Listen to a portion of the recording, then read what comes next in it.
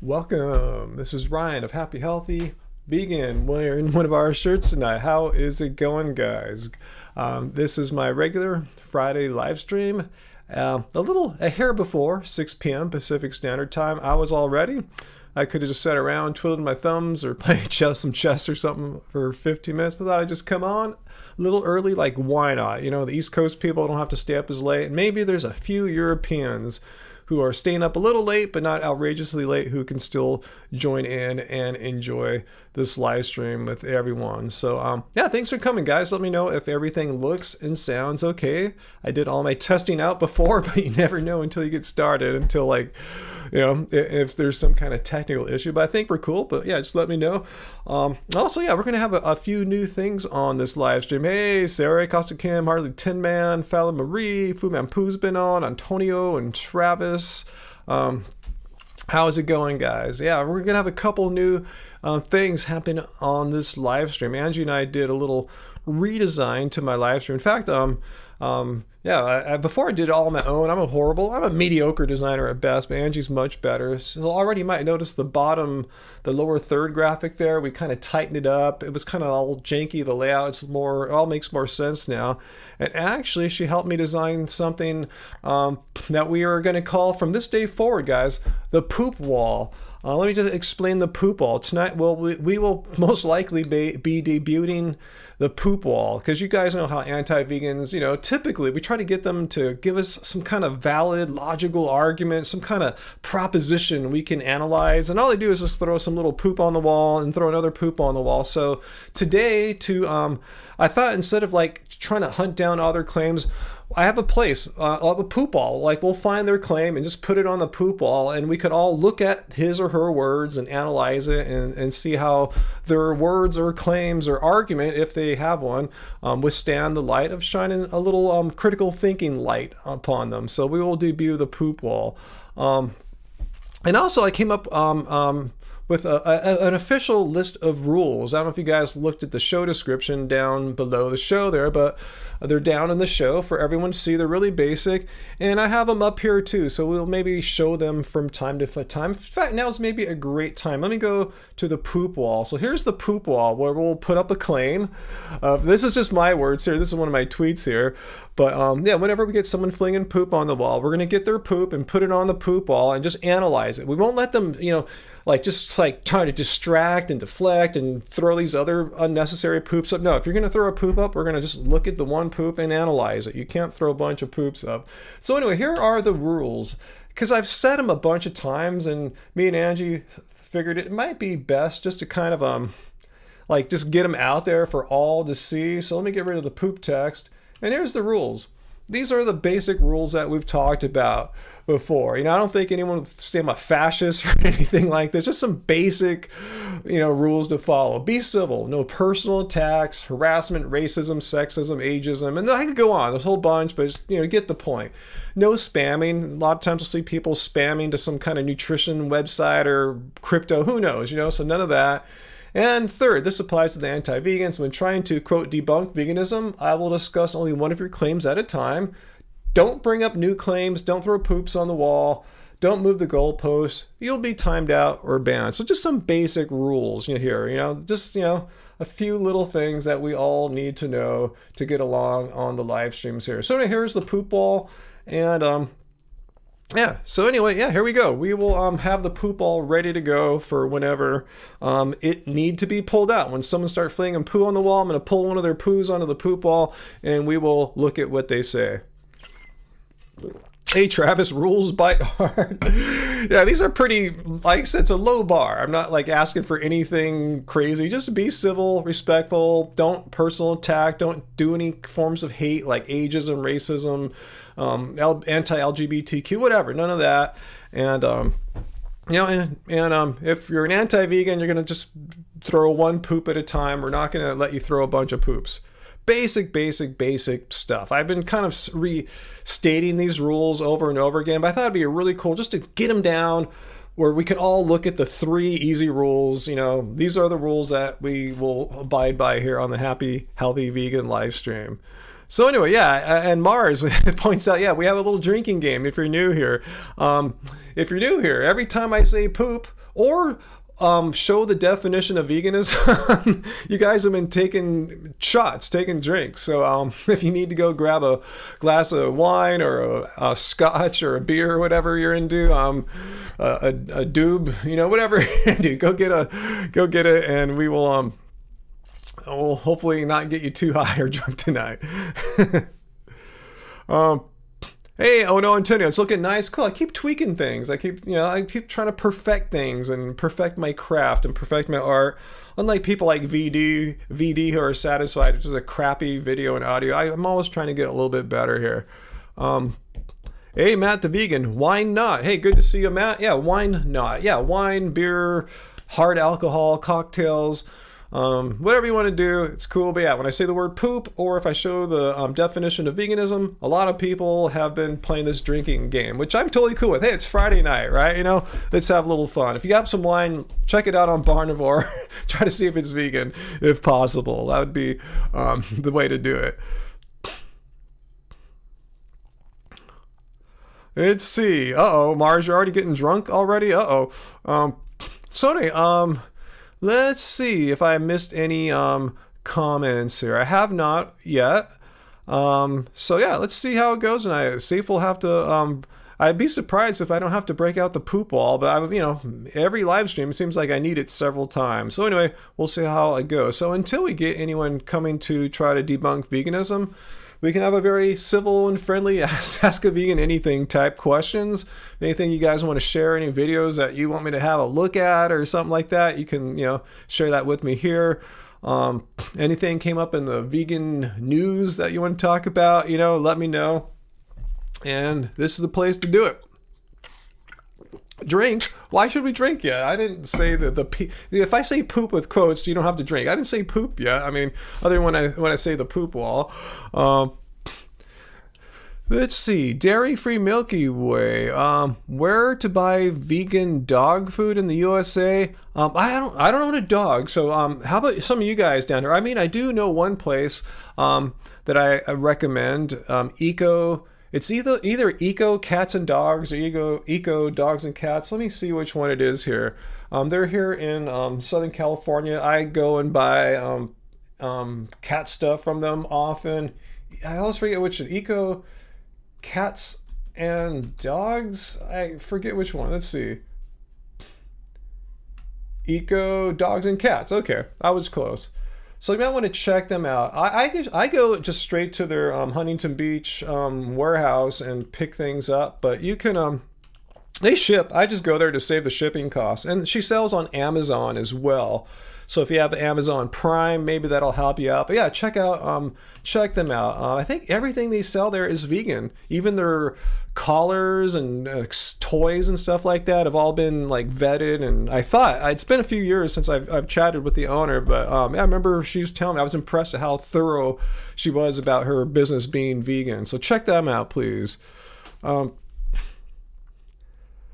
Travis. Do I think the citizens in Kiev will fight off the Russian military? I've read they are. They're just taking up many guns and making Russian Molotov cocktail things and throwing them at, whatever needs to be thrown at. So yeah, sounds like that is happening. Yeah, really sad, scary stuff, seeing what's happening out there right now.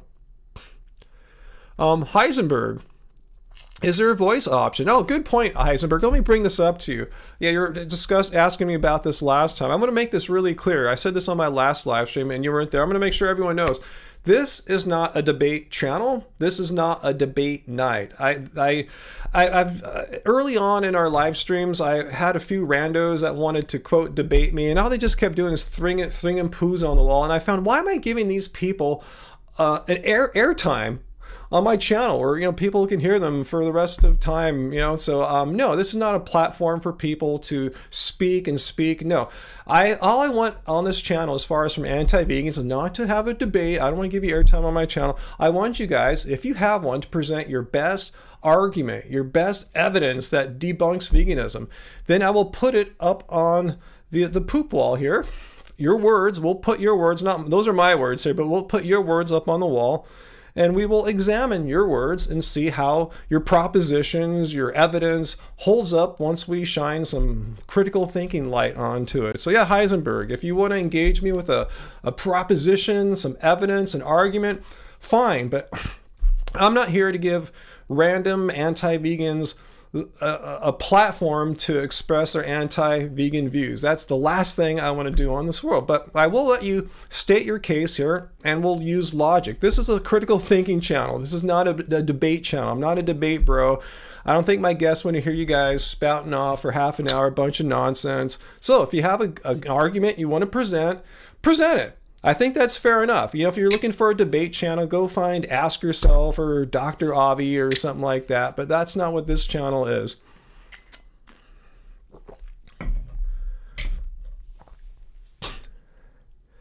Yay, Dr. Bear. Yeah, I don't owe anyone a debate or anything else. I think I'm being very generous, giving anti-vegans an opportunity to come here. And in a neutral way, I'm not trying to shoot you down or attack you or anything like that. I'm giving you an open platform via text to type in or paste your argument. I think that's generous, but I don't want to give you airtime with your voice where you're just going to keep saying a bunch of nonsense, because I've done this a few times. You guys remember I've debated a couple randos in the past, and it's just unstructured nonsense. So I'm all about structure. If you have an argument, say it. If you don't, then sorry. Thaw died. I keep forgetting to check out the Viva anti-meat commercial. How can I find it? Is it on YouTube? Let me know, Thaw Dieting. Let me know what you know, and I will, if it's on YouTube, maybe give me the title, because you can't paste the URL or share it. So yeah, if you have a title, let me know, then I'll paste it and I'll find it. That'd be helpful. Oh yeah, Dr. Bear, good point. Vegan Gains does lots of debates. I don't know if he likes to engage with randos as well, just giving some random person valuable airtime on your channel. I don't know if he does that, but it's worth a shot. Heisenberg, I'm giving you an opportunity to speak like in the written format. I mean, just if you have an argument that you want to present it, and then we'll discuss it. You could follow up with further responses in the live chat, Heisenberg. I'm not like taking away your free speech or anything. In fact, I'm giving you a mode of communication here on our channel, and I'll put your words up on the poop wall. We could all take a look at your words. Isn't that really generous of me? I will put your words right here for everyone to see. We'll look at your claim, your proposition. I think this is very generous, but I don't want to hear your voice, and most of our audience doesn't want to listen to a tedious debate go on for an hour and a half and get nowhere. I want to sort through many people's claims in a live stream rather than just deal with one guy. So if you like it, Heisenberg, give me an argument. If you don't have one, or you feel like you cannot construct an argument within like a few sentences, I don't know, maybe you could at least give me the flair of your argument. I mean, I don't see why you need to debate me, because again, this is not a debate. Give me the logical proposition or evidence, wherever you have, and I will examine it with a fair, objective mind.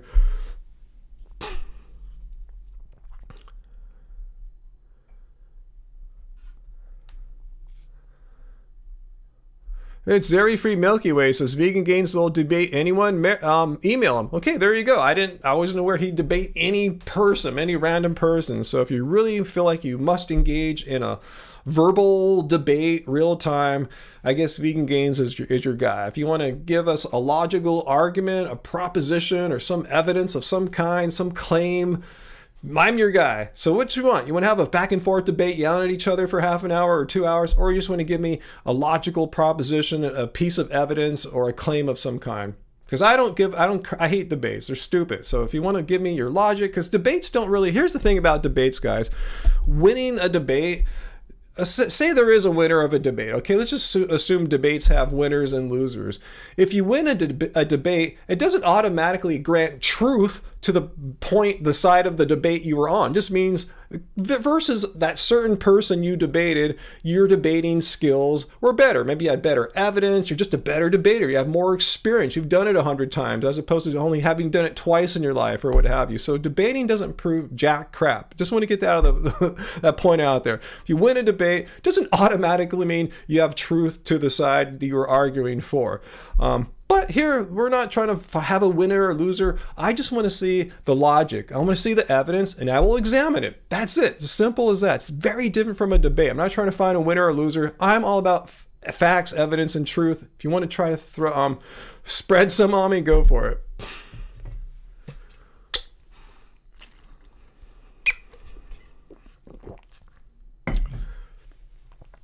What's that, Dr. Bear? Exactly. That's why you never watch live voice debates. Yeah, they're long and tedious.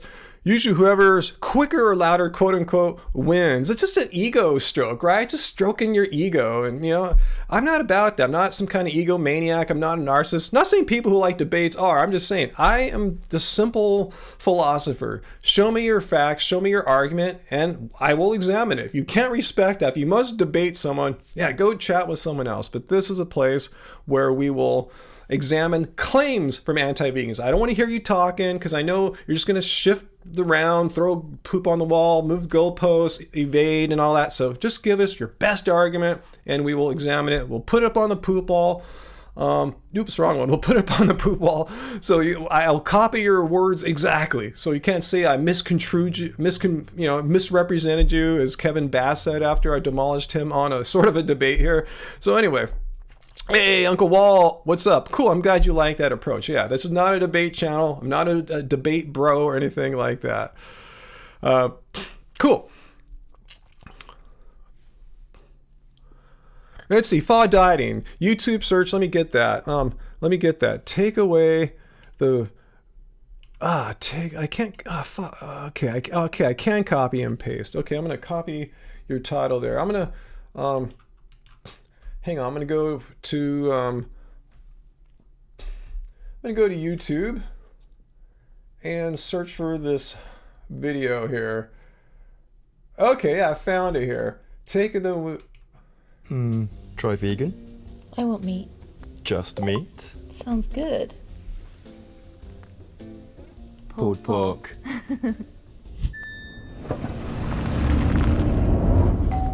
I'm so hungry. I could eat a horse. Just meat delivered fresh to your door with a free gift for our new customers. What? Try going vegan today. Try vegan? I want meat. Okay, I'll have to watch that again. That just looked like a complete train wreck from the little bit I saw there. So, wow. Okay, thanks for sharing. I have to take that in. That was my first watch is like, whoa. Okay. I'm not sure what I just saw. Was it anti-vegan or pro-vegan? I'm just kind of confused there. Let me know. I have to watch it again. I was just like kind of shocked. Hey, Uncle Walt in the house.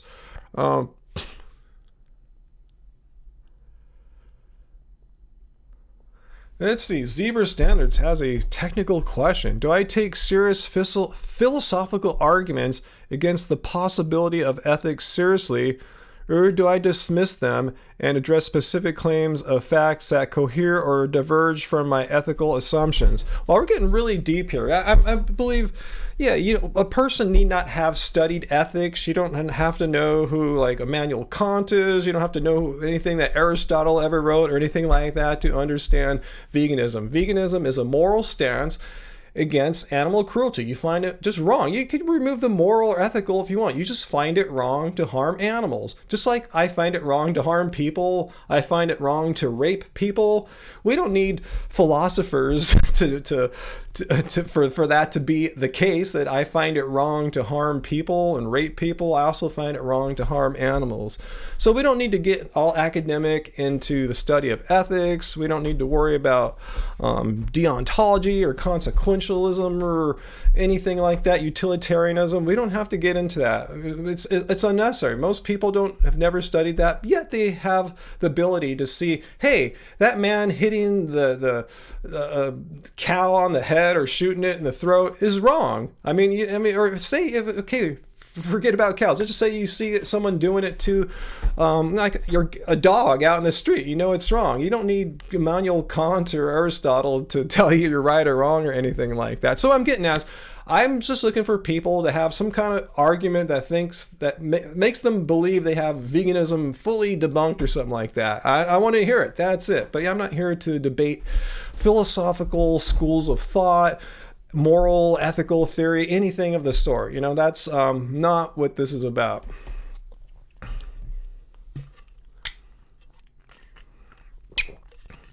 What's that? The one and only high intensity does debunk veganism? What does that mean? Is that a person or something? Never heard of high intensity. We have a candidate for the poop ball. Who is that, Uncle? Is it the high intensity person there? Yeah. Who's our first candidate for the poop ball? Because whoever is the first candidate for the poop ball, you'll be the first. You can, tell your grandchildren, hey, I was the first person to get my words put up onto the Happy Healthy Vegan Livestream poop ball. I was numero uno. Candor's spot.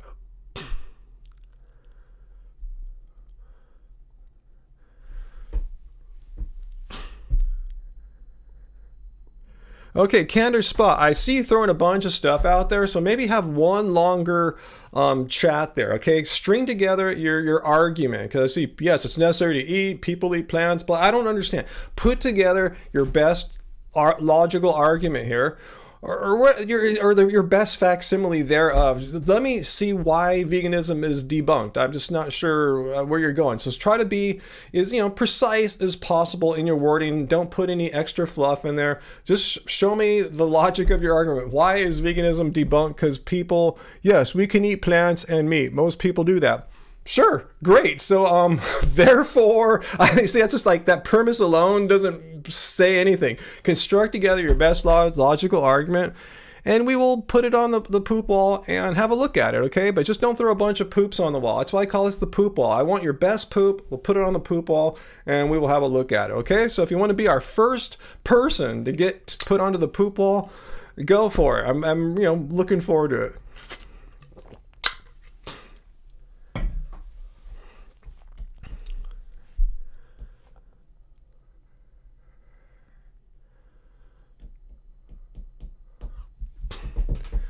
Adam Blank, remember, veganism isn't about perfection as far as possible and practicable. I mean, there's going to be harm involved in everything. I mean, yeah, some things that are really bad, like say like palm oil. Yeah, I mean, try your best to stay away from that. But then they put that in all sorts of processed foods, so you can't always be 100%. One thing you can do though is not consume animals. Don't eat animals. Don't eat their secretions. Don't eat their don't eat animals and their products.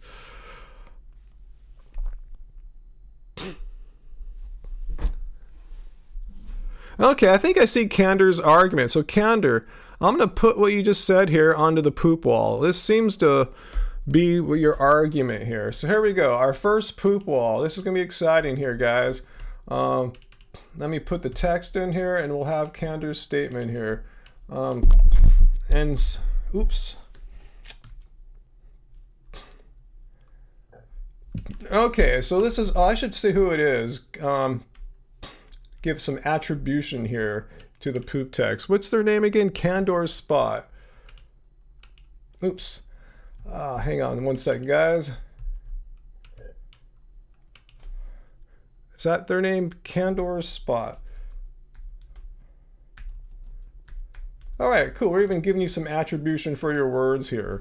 So let's see what they're saying here. Yikes. 1 second, something's wrong here. All right, here we go. Eating meat is not a moral issue. It is not cruelty to eat meat. cruelty involves harming animals for pleasure. Why is cruelty only harming animals for pleasure? Wouldn't you argue, I mean, harming animals needlessly is cruel? It's not just for pleasure, because you're just talking about intent. You don't know what someone's intent is. Maybe they're sitting there hitting a dog on the head with a club. They might be taking pleasure out of it. Maybe they're just sicko. Maybe they're just mentally deranged, just had a fight with their wife. So intent seems absolutely unnecessary. Who cares what their intention is? They could lie about their intent after the fact. It's needless harming, needless cruelty, such as eating meat is absolutely needless. You can eat a diet 100% of plants, get the nutrients you need. Eating meat is harmful, inherently cruel, and inherently kills living sentient beings. So yeah, I don't think the guys that work in the slaughterhouses are taking pleasure as they stun and slit animals' throats or shoot them in the head or whatever, or throat, but the intention doesn't matter. It's cruel to kill, to raise those animals, breed them into existence. About 80 billion animals a year bred into existence solely for the purpose of living a life of complete exploitation and eventual slaughter. Also, that people can eat some meat or put some leather in their clothes or eat some eggs or dairy or what have you. You don't have to eat that stuff. So, needless killing, needless exploitation and cruelty, that is immoral. Who cares if it was done with or without pleasure? Like I said, you got a psychopath hitting a dog on the head with a bat, taking no pleasure out of it, just purely out of some psychotic rage or something like that. So there's your poop wall there. We analyze his claim here. His assertion involves intentionality, but no, who cares what the intention is? Like I said, it's all about unnecessary harm. It's completely unnecessary to harm animals, considering you have access to supermarkets and what have you, or bodegas, or whatever you have in your neighborhood. So yeah, there's our first poop claim examined there. Eating meat is not a moral issue. It's completely a moral issue. You're trying to say it's not a moral issue because it's only a moral issue if someone takes pleasure in harming the animals. And I say that the intention is completely irrelevant. So anyway, serial killers enjoy killing. Great. Again, the intention's completely unnecessary. Like, let's bring up a horrible example here. Like, say, I hate to bring up Nazis, but like putting, prisoners into gas chambers and gassing them. I'm not sure if the people that turned the gas on actually were like taking pleasure in it. Maybe a few were, but you know what I'm saying?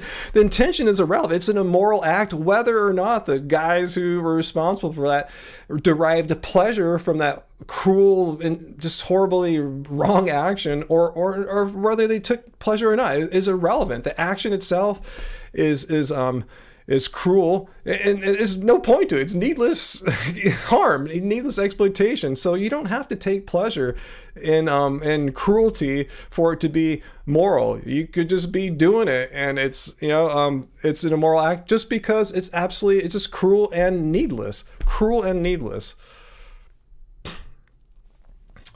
But anyway, I don't like to invoke World War II examples. That's just always a last resort. But I'm just saying, intention is irrelevant. I mean, it's absolutely irrelevant. Because you don't understand Candor's spot.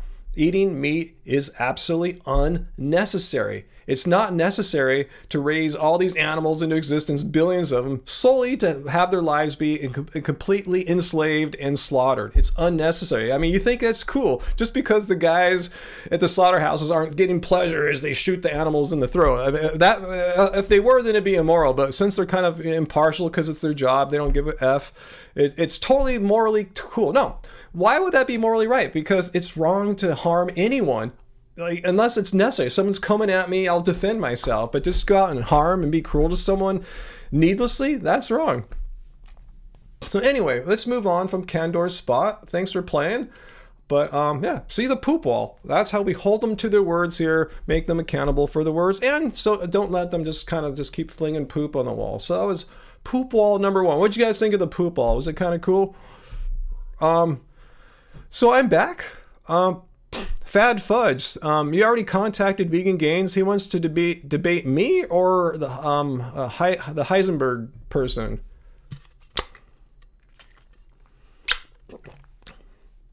Someone thought I was ignoring them. No, I was just discussing our first poop wall claim there. So if you have a new, so if anyone else is here now and they want to, try to give me their best shot, about why veganism is wrong, how they have it debunked, type it there. Be clear. Just don't throw a bunch of things out that are unrelated. Give me a very concise, some kind of argument or evidence why veganism is wrong or debunked, and we'll have a look at it, okay? But just don't keep flinging a bunch of ideas, a bunch of poops on the wall.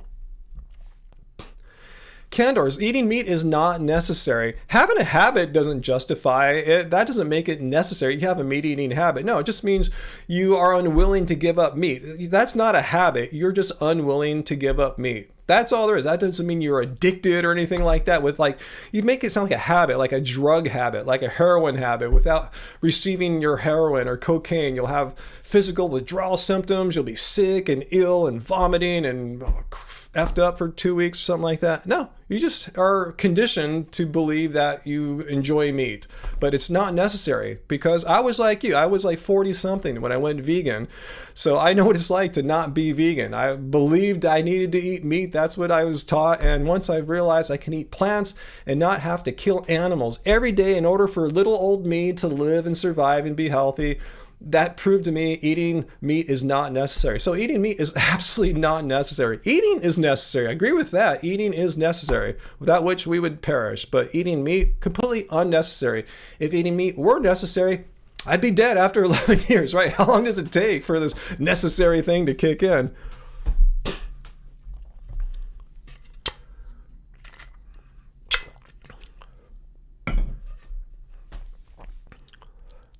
Oh, okay, thanks, Falladini. So Candor is saying some people have to eat meat. I've heard this claim before, but who are these people that have to eat meat? Is there some medical condition?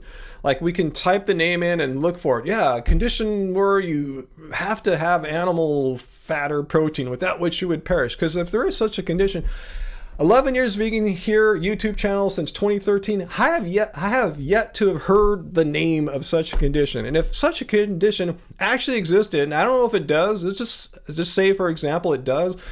Since I've never heard of it, it probably affects a tiny percentage of people. So let's just say 0.0001% of humans can't be vegan or something like that. Let's just say 0.001. Whatever, Are you one of those? Or are you saying I can't be vegan because 0.001% of the population can't be vegan? So since they can't, I can't. How does that make any sense?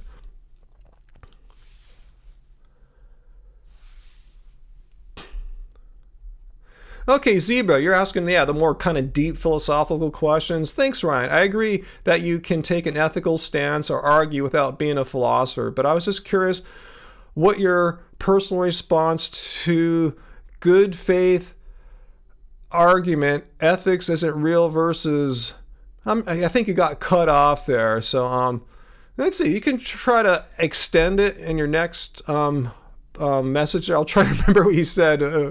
Hopefully I can. I have vegan brain fog, guys, so just remember that.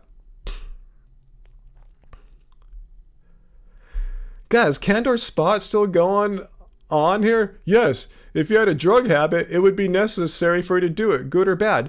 Yeah, but eating meat is not, you can't analogize that to being like a drug habit. You don't have physical dependency to eating meat.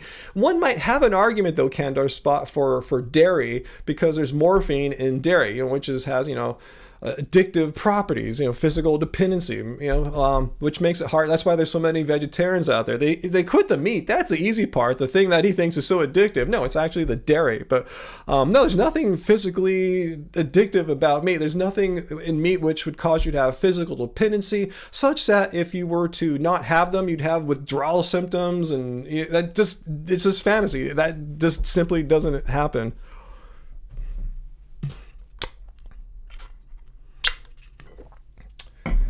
Ace Jackson, vegans seem weak and sickly. Hey, have you ever weak and sickly?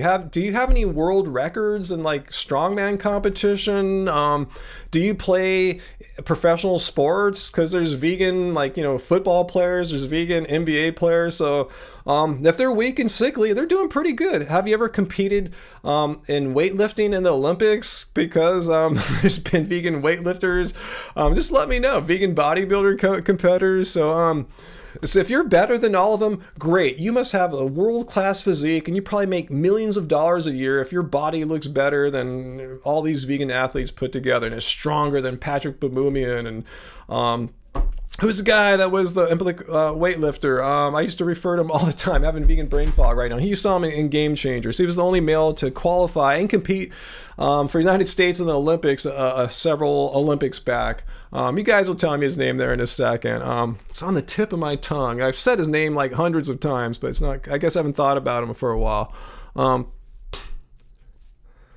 Candor Spot. Okay, no NBA players are strict vegans. No, you're full of crap. They might not be ethical vegans, like, fighting for the rights of animals, but let's look up vegans in the NBA. There's JaVale McGee, there's Chris Paul. They eat fully vegan diets. If you don't believe me, let's take a look right now. Let's look up JaVale McGee vegan.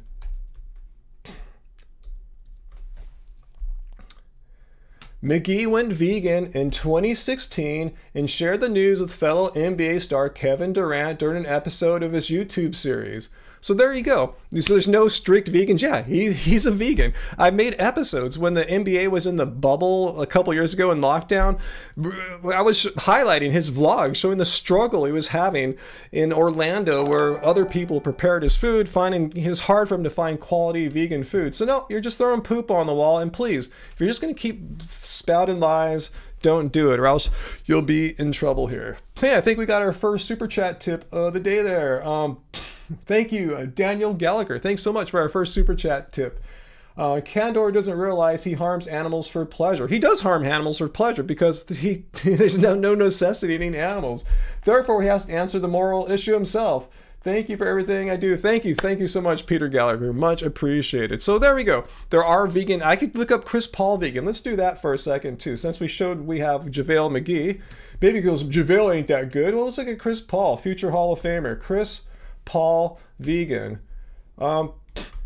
Chris Paul's switch to veganism has been credited for his late career resurgent. The basketball player switched to a vegan diet in 2019 at the age of 34 when he was with the Oklahoma City Thunder. So there you go, Candor, that there's no strict vegans. There are. I even checked Chris Paul's diet. I couldn't find any fish, any dairy. He might not be an ethical vegan, but he follows which looks like I couldn't find any evidence of any animal products.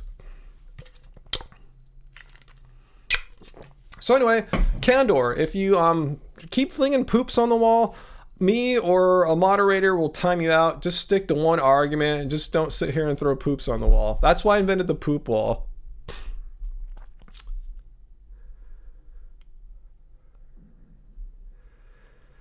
Let's see, what's that, Caitlin? I have an argument. Someone said this. I eat and hunt so much meat that I beat all of the work that any vegans do. What? What is he talking? What does that even mean? I don't understand. He kills so many animals that he's better than vegans? What? Please explain that one. That makes no sense to me.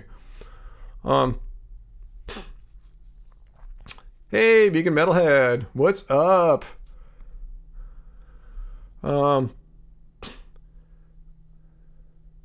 I agree with you, Nigel. We need vegan vending machines. If that's what's stopping you from going vegan, I feel bad for you. I mean, that just sucks. Uncle, yeah, it's easy to throw poop when you're full of crap, huh? Yeah, thanks So Mindful for telling Ace to not be taunting chatters here. You'll be timed out or booted, Ace. So if you're doing that, Uncle, feel free to time out Ace Jackson. People aren't here to be mad. We're here to talk and have a good time. But if you want to come here and just be a dick and just break the nice vibes we have going, that for me is grounds to time you out or kick you out. So Ace, if you have a serious argument you want to present to us or some kind of great question to pose to me, do it. But don't come here and attack my guests here, because everyone here who's not being a dick, you guys are my guests. The vegans are my guests. The anti-vegans, you are my guests too, but there's different rules, meaning that don't be dicks. Just come here and state your case, and I will respond to your debunking or your argument or question. Okay, that's it. But you're not invited here to attack our viewers. Our viewers are the coolest. They're the best. This is a safe place. So don't come here and disrupt that. If you do, you will be gone. Simple as that. My community is the most important thing here.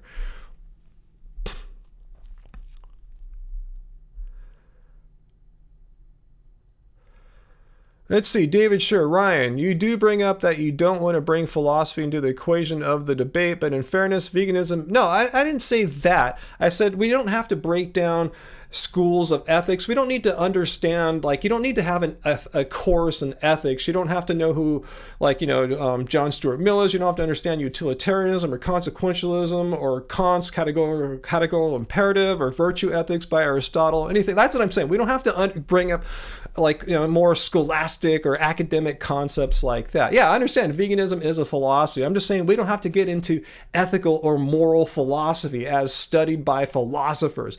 That's the distinction I'm making. Yes, veganism is a philosophy, but we don't have to get into academic philosophy to discuss the moral stance of veganism. Do you understand that distinction there, David? Let me know if that made any sense.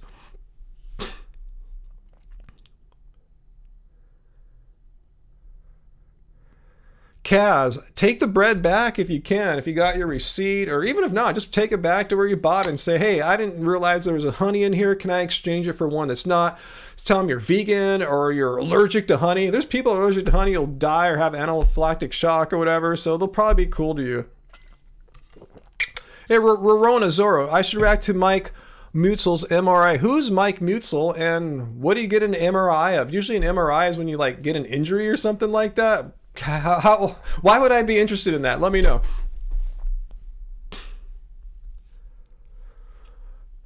Yeah, we're not going to compare and contrast, say existentialism and veganism or anything like that. Yeah. Okay, David, you like the clarification there. Cool. Yeah, I'm not saying I'm anti-philosophy. I'm a philosophy grad student dropout, a PhD program dropout. So it's not like I'm anti-philosophy. I just don't think we need to get into the deep waters of philosophy to understand that it's wrong to harm animals.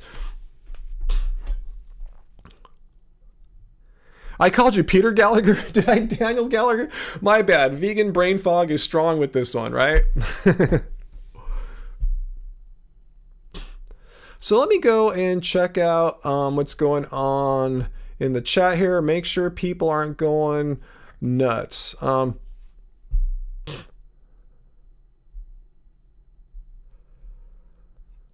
Candor Spot. All right, if you have a question for me, cool, but please stop fighting with my guests, okay? I hope you can respect my request here. If not, I'm going to time you out. If you have another question for me about your thing, whatever your poop wall here, if you have something to add to the poop wall, say it down there for me, but please, I don't want to see you adding people and then saying stuff to them. Okay, if you want to talk to me. This is my live stream. I invited you to come here and express your best argument. I didn't invite you here to fight with our viewers, okay?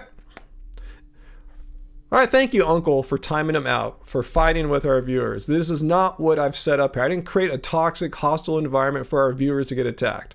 So if you can't respect that, if he comes back, let me know. If he does it again, not only will it be timed out, you'll be banned. This is not what this is for. Don Jackson, you want to put something on the poop wall? Well, if you have an anti-vegan argument here, go for it. Typo negative, name of the water bottle, coldest water. Yeah, I just don't even mention them anymore. I just drink out of it full on.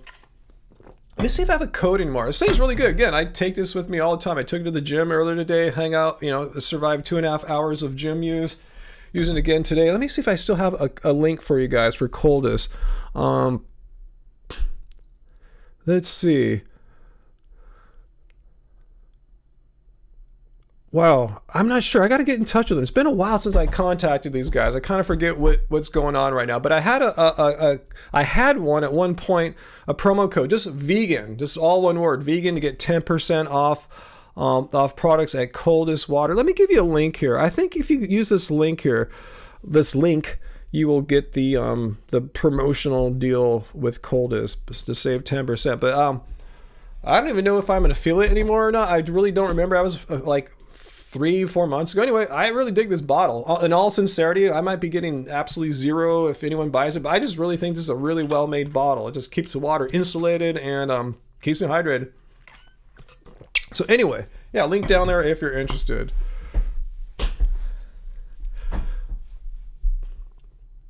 Why not a poop coliseum instead of a poop wall? Because we only want one poop at a time up there. A coliseum, there'd be way too many poops. The reason why we want only one poop is so we can look at that one poop and respond to it in a thorough, meaningful manner. If they just fling a bunch of poops, you know what it's like. It's just like you can't respond to a bunch of poops. So you guys have had a lot of, hopefully you're taking your shots right now, because I said poop a bunch of times right there.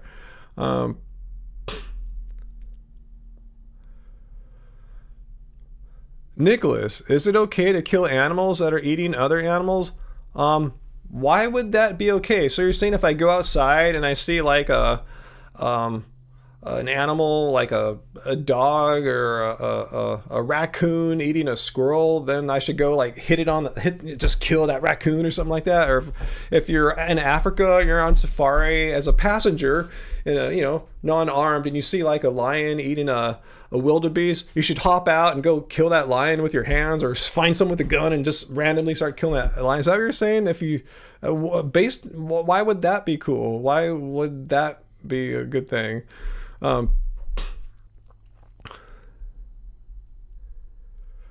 Okay, yeah, I mean, as far as possible and practical, Nicholas. If your dog is being attacked, I don't think veganism says, well, if your dog is being attacked by a wild animal, just sit back and watch it all unfold and kiss your dog goodbye. As far as possible and practical, yeah, if you're being attacked by a lion or something, I don't know why you would be. Yeah, fight back for sure. If your dog is being attacked, fight back. You don't necessarily have to kill it. You couldn't. A lot of people don't realize you can actually wound a person or an animal and accomplish all your goals as far as self-defense goes. You don't have to end their life. You just break their kneecap or something like that. If you're in a fight, incapacitate them for a few moments to get away. You don't have to actually kill someone.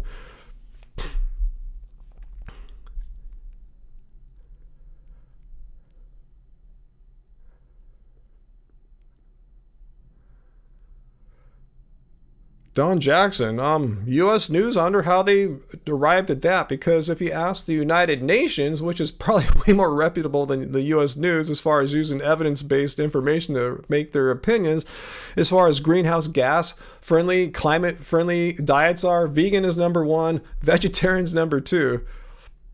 So yeah, U.S. News, I don't know what criteria were they like measuring it on, in what sense. Gary, what's your name there? Am I still having my daily roughly 10 banana smoothies? Yeah, I had about 7 large bananas today after getting back from the gym. But yeah, Jordan, Nicholas is saying, well, what if your dog's being attacked by a lion or something like that? Yeah, if you are thinking this is an argument for justifying eating meat, then that's pretty far-fetched. Again, you were talking about a survival situation. Going to the supermarket and buying meat is not a survival situation. If you're trying to argue that, Nicholas, just don't even try. That's not a survival situation. But yeah, if you're in the wild being attacked by a human, or an animal like a bear or something like that, that's different. Yeah, you got to defend yourself. Veganism doesn't say, if you're attacked by a bear, just lay down and let it kill you. It doesn't say that. As far as possible and practicable, avoiding all harm. Basically, it's saying all cruelty. Defending yourself is pretty much typically not cruelty. You're defending yourself. Oh, for health? Interesting. I wonder what metrics they use there. Interesting. Anyway, that's cool. Metalhead, who'd win a cage fight? Vegan Gains or Hench Herbivore? I don't know. Depends who trains to fight, really. Bodies, having muscles is nothing if you don't know how to utilize them for fighting or whatever sport you want to, use your muscles in. Yeah, Daniel, a lot of people, I agree with you, don't understand what veganism is. They think it's a health movement, a environmental movement, or something like that. You hear all sorts of bizarre ideas what veganism is. It's a way to be a perfect human. You hear that all the time from like anti-vegans. Typo negative. No, I have never been to Legoland before. Why do you ask? Yeah, Aster, I don't know why your comment got hidden. But violence should always be a last option. If you're being attacked by an animal or human, like I said, stun them, incapacitate them. You don't need to kill them. You just need to get away, right? You don't need to end their life and have the funeral a few weeks later. You just need to get away, right? You're just trying to save your own skin. Hey, Tiki Torch. Ooh, our first speech to text. Let's hear that. Did I hear correctly that you will be debating vegan gains again? And besides, Candor was completely wrong because he was eating food for the pleasure of taste. Thanks so much for your super chat tip there, Tiki. No, I never said I was debating anyone again. No. In fact, I was just earlier articulating how this is not a debate channel. This is not what we do here. We look at people's claims and we process their claims with critical thinking rather than have a debate and see who wins the debate. And I tell you, whoever wins the debate doesn't mean what they're arguing for has truth. It just means they want a debate. Maybe they have better skills or they're louder. Who knows? But no, there's no debate planned with anyone. Candor is completely wrong because he was eating food for pleasure of taste. That's all Candor is doing here. He's trying to justify that he eats meat because of taste pleasure. And because of that, it's not immoral because he's not getting pleasure from the killing. But yeah, you're right. He's deriving pleasure from the eating part of it. You're absolutely right there. Good distinction there. He is getting pleasure from the eating. He's not doing the killing himself, probably. He's probably paying someone else, when he buys his meat from the market. But yeah, the pleasure is in the eating, so it is immoral then. You are taking pleasure. Candor's spot is deriving pleasure from the eating of the dead flesh of an animal that didn't want to die for him. And he enjoys that and puts a smile on his face and makes him have pleasure. So by his own definition, that would be immoral, right? Because let's look at the poop wall again. Oops, wrong one. The poop wall. Cruelty to animal involves harming animals for pleasure. These are his own words here. Cruelty involves harming animals for pleasure, and eating the flesh of an animal is harming the animal. I mean, it's you have to kill it. It has to be dead for you to eat it. So it's not like the leg will grow back or something like that. So he's deriving pleasure. So according to his own logic, he is immoral. Thank you for that. Thanks for pointing that out, Tiki Torch. Hey, Age of Vintage, how's it going?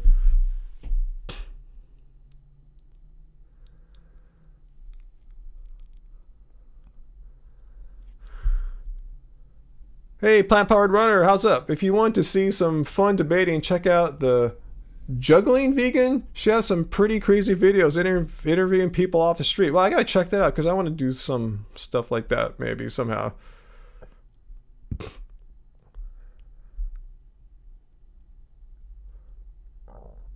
Let's see, Michael Craig, he has some great reasons, guys, to not go vegan. So he says, yeah, some major reasons not to go, against vegan diet. I thought you were being sarcastic there. It helps you get in great shape. You bench press 350 pounds. It can run 10 miles up and do steep hills. I know guys that can bench press 450, 475. What's that? Not to go vegan against vegan diet? I'm not sure what your point is there. Yeah, so mindful. I think I have created a pretty nice community here, and that's why we want anti-vegans to just try to poop on it all.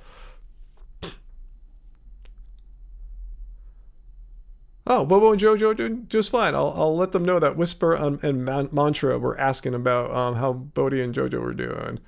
I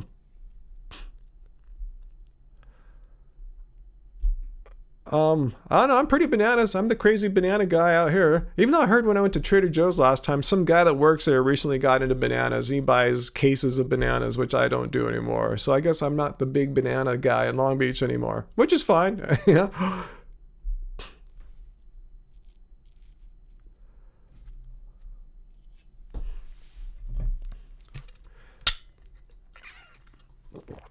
Candor's spot. If vegan organizations lobbied the government to ban meat eating, would I support that?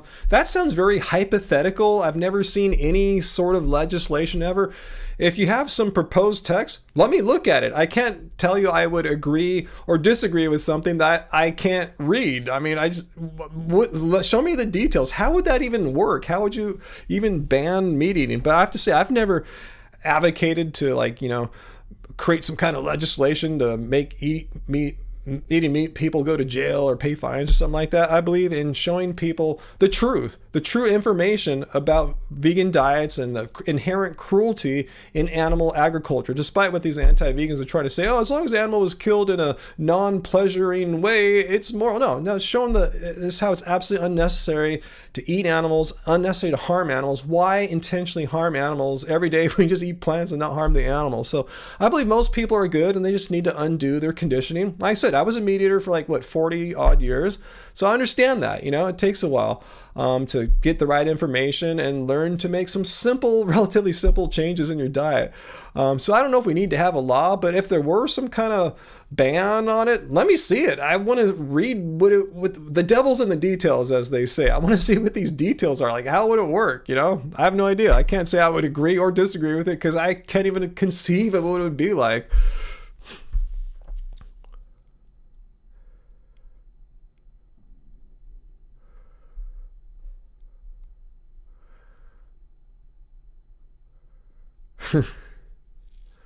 Rick, what meals have I eaten today? After I got back from the gym, I had my big banana smoothie, like 7-8 large bananas, something in that ballpark. They were pretty big bananas though. Yeah, but some bananas are big, some are small. These are on the larger side. Then I put in some strawberries, my Clean Machine green protein, some ground flaxseed, and had that for lunch. Angie made us what we call chicken noodle soup. It's not that, but it kind of has the vibe of it. I think it's some kind of udon noodles with vegetables. Yeah, and I've snacked on a few peanuts here and there today. That's pretty much it so far. The udon soup thing was pretty large though. Let's see, Michael Cray, you can punch like Mike Tyson with either hand on a vegan diet. Not bragging, just a fact. I don't doubt it, because wasn't Mike Tyson eating vegan for a while? I mean, people think it's training. That's the most important thing, not the diet necessarily. It's how you train, the intensity, your genetics, how your body responds and absorbs and reacts to training. But yeah, the diet really doesn't do as much as people think. It's the training.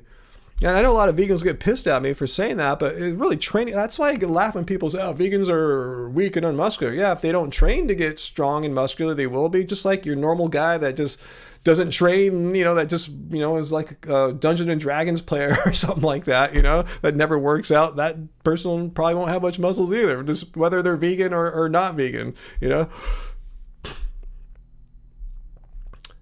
Yeah, Angry Vegan. If I could see, how these laws would work out, I'd love to have a read of them for sure.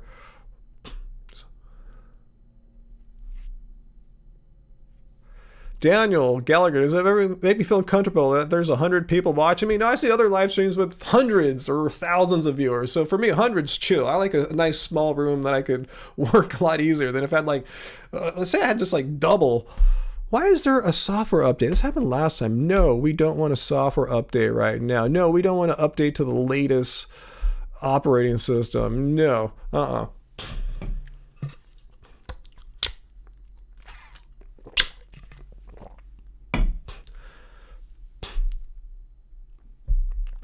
Hans Broth asked, what are our thoughts on iPhones or just technology or car tires not being vegan? Hey, vegan is doing as the best as you can. We're never going to be perfect in an imperfect world that we live in.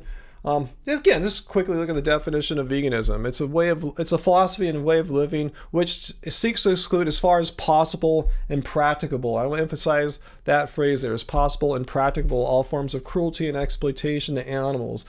Doesn't say you have to be a perfect person. So if there's some harm that goes on in producing technology, it doesn't mean that we as vegans have to lay down our computers and iPhones and tablets. I mean, a lot of us make a living. Without computers, I would be homeless or something. Seriously, veganism isn't asking you to live by your morals so perfectly that you will end up in the streets. You know what I'm saying? Vegans need to use the internet too. We need technology as well. And we need to drive as much as non-vegans do. So yeah, it's not a lifestyle of perfection. Anyone who demands that doesn't understand what veganism is. It's as far as possible and practicable. Again, vegans don't have to sit around and just walk everywhere they go or something like that. That'd be weird. Vegans are people who don't take transportation. No, we're people who seek to exclude all forms of cruelty and exploitation of animals. Doesn't mean we can't move around the world or use computers and iPhones. AJ, I don't know who Adam Ragusa's video. Who's that? I'm glad he said good things rather than bad things.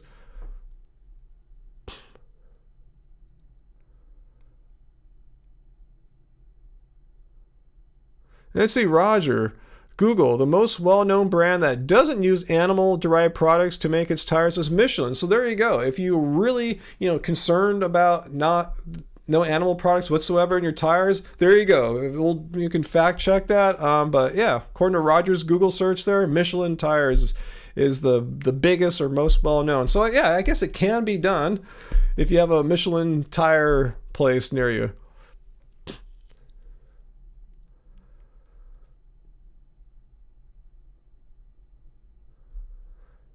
Yeah, Tina, Angie's kind of been keeping up on that black bear story. It's really like 3 or 4. It's multiple bears. After they did some DNA evidence examination, it's really not just one person. A bear to me is a person. Rorona Zora, come on, man. What did I miss there?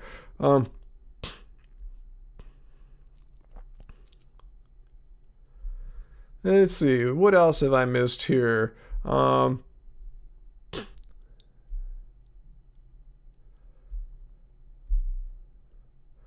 Let's see, what'd you say there, Uncle Walt? Did I hear? In a new ruling, the Superior Court of Pennsylvania is directing the state's district attorney to prosecute Martin Farms, a former Nestle dairy supplier, for animal cruelty charges. Wow, awesome. Not that there's animal cruelty, but that people are being held accountable, legally responsible for animal cruelty. That's amazing. Okay, AJ is telling me Adam Reguesa is a food journalist. No, I haven't heard of that person. Or yeah, we have a P.O. box, Sarah. Let me see if I got it here. Hey, Angie, do you know our P.O. box? Let me see if Angie can send me the P.O. box.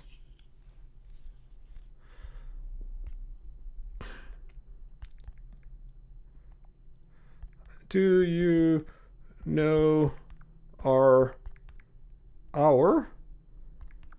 P.O. box? Let me see if she gets back to me on that. Cool, they are going to allow him to live. That's cool. I thought they didn't want to ever kill him in the first place. Am I right? They just wanted to put him somewhere where he belongs, where he's not going to come in contact with people so often and break in their house and stuff like that. Yeah, I'm glad the killing the bear was never the primary option. It seemed like, they the whole time wanted to just transport him somewhere else.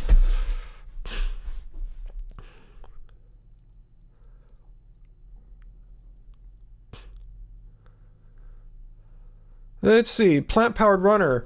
I've heard there you can find, I don't have any tattoos on me, by the way, but I've talked to people who do that. You can find vegan tattoo shops where they don't get those standard stencil papers. Maybe they use a different kind of stencil paper that doesn't have the gelatin. But I've heard, yeah, you can look around and there are some vegan tattoo shops. If you're concerned about it, if you already had it done, again, as far as possible and practicable.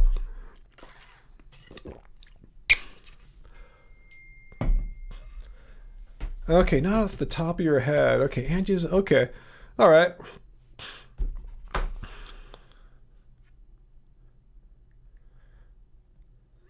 Let's see. You know where it is? I think it might be on the Happy Healthy Vegan Instagram. Let's go there. Let's see if I can just quickly find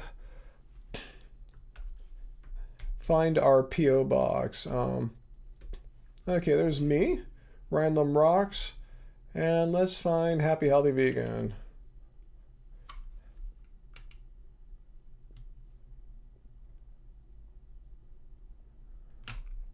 No.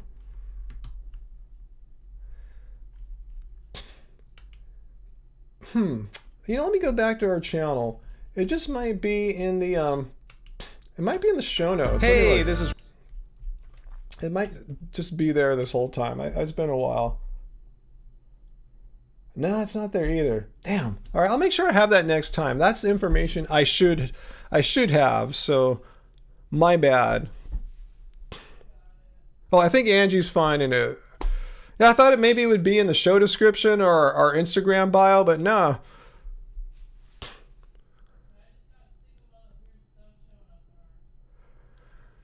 Let's see, Sarah. She has has Cocteau Twins pictures album I want to send from England in the 80s. Wow, that'd be awesome, Sarah. That'd be rad. Yeah, Angie's digging it up right now. We'll get that, and then I'll keep it in my notes so I have this always. I know it's box 391. I just forgot the full, the area code. Is that what's called, zip code? Let's see, Plant Powered Runner. You said the ink your tattoo artist uses is vegan. I've reached out to him about different stencil paper. So yeah, has he found out? Can he get a non-gelatin derived? Oh, there it is, stencil paper. All right, Angie just texted me there. All right, let me grab it. All right, thank you.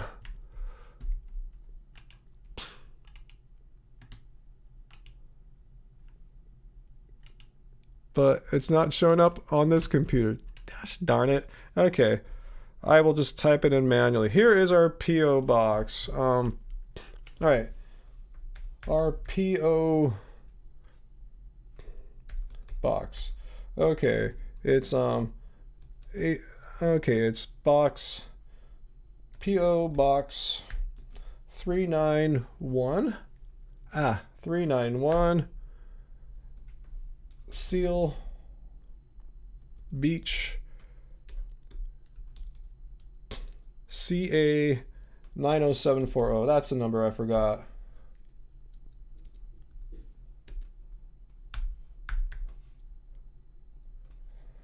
Not PP box. All right, PO box. PP box is like what cats use, right? Anyway, there's our PO box down there, guys.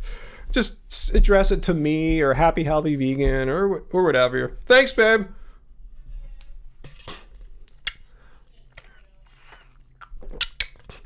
So cool, Sarah. I look forward to getting some Cocteau Twin stuff there. Awesome. How vintage are those Fender amps behind you? The one on top is a 70s vintage, and the one on the bottom is like a 90s vintage. I don't think 90s is really vintage yet. But the one on the bottom I just use for the speaker cabinet. The one on the top, yeah, I use the whole thing. The speaker, the amp. It's a Princeton Reverb. Fu Man Poo, you did the taxes. Oh yeah, I forgot you were doing that the other night. Fa Dottie and big plans for the weekend. Just looking forward to the weather getting a little better. For us, it's been kind of cold and windy and not great. So yeah, just getting outside, maybe getting some sunshine.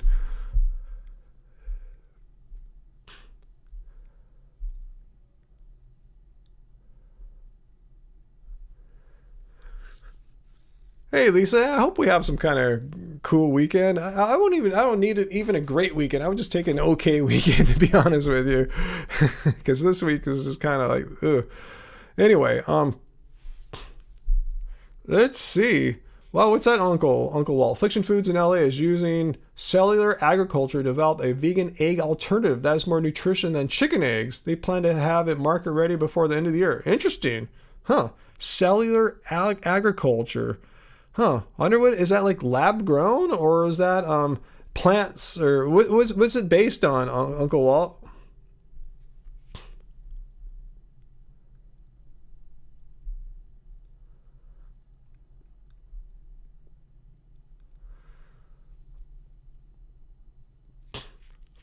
Okay, Fu Man Poo, is Seal Beach an entity or a part of Long Beach? No, it's like the next city south of Long Beach. I just got it there because it's one of the cheaper P.O. boxes I could find. And it's in a beautiful area. Like the ones in Long Beach were like way more expensive and not the greatest neighborhood. Seal Beach, that's where I used to go surfing all the time. So I was very familiar with that area and post office. I just figured it'd be a good little trip. Go to the post office, and it's not too far from some cool markets. But I don't go there that often. I usually drop my mail off at a different post office. Not that you guys care, but yeah, that's why I got Seal Beach back in the day. It was just a good price and a good area.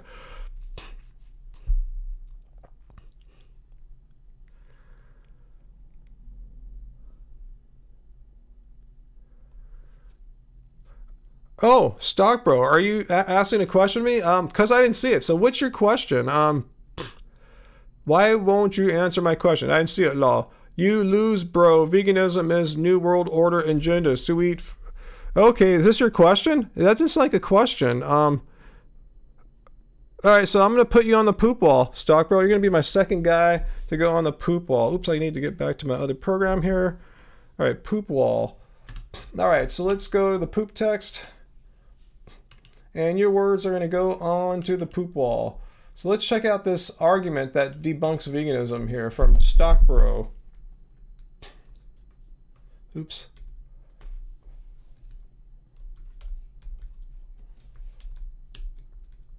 All right, here we go. Let's look at his argument against... Oh, it's supposed to be veganism. Let me fix that, not eganism. I guess I cannot copy and paste well because of, you know, all the deficiencies in a vegan diet. But here we go. Veganism is a new world agenda. What are you talking about? What do you mean new world order agenda? I mean, who are these like organizations? Like, is the G7, is the G20, who are those organizations? Like Illuminati, whatever, like promoting vegan diets? Is any like government of the, any governments in the world promoting vegan diets? What are you talking about? What are you, I wish it were a new world agenda. That'd be awesome. I don't know what you're talking about though. So we eat fake meat substitutes. Who eats fake meat substitutes? Do you have our book here, bro? Happy Healthy Vegan Cookbook? There's no fake meat substitutes in the Happy Healthy Vegan Cookbook, so you don't even know what vegans eat. You're just making crap up. New World Order agenda, fake meat substitutes. No, there's plants here. Just freaking plants. You know, beans, legumes, rice, corn, and I see polenta here. Chickpeas and veggies, tomato soup, broccoli, cheese soup, potato leek soup. What are you talking? Where's the fake meats that all us vegans are eating all the time? You're just making stuff up. Yeah, you can eat fake meats as a vegan, but you don't have to. Like, so instead, should eat a raw diet and grow our own food. Why eat a raw diet? Why eat a raw? What's the point of eating a raw diet? So, and grow our own food? Not everyone can grow our own food, bro. A lot of people live in cities. A lot of people don't have the time. They have going to school, jobs, families. They don't have time to grow their own food to feed like a whole family. So everything's just off the charts weird here. New World Order agenda. So we eat fake meat substitutes? No, I can't remember the last time I had a fake meat substitute, to be honest with you. Why raw? Raw is like an extremely restrictive diet, and most people that go raw end up making a video 3 or 4 years down the road why they're no longer vegan. So what? I don't even see an argument here. I just see 3 poops flung in a row. This poop law is 3 poops. Vegan New World Order agenda, first poop. So we eat fake meat substitutes. That's the conclusion? Maybe that's the premise, and then the conclusion is so we eat fake meat substitutes. Instead, eat a raw diet and grow our own food. 2 more poops right there. So I don't know if that's the best logical argument you have. You said I was ignoring you. Here are your own words. I'm not ignoring you. I'm putting your words here for all to see. I don't see how this debunks veganism. Veganism is an ethical stance against animal cruelty. And you're talking about New World Order and fake meat. You don't have to eat fake meat as a vegan. You can, but you don't have to. Anyway, let's leave the poop ball. Thanks for playing the game, Stock Bro. Anyway.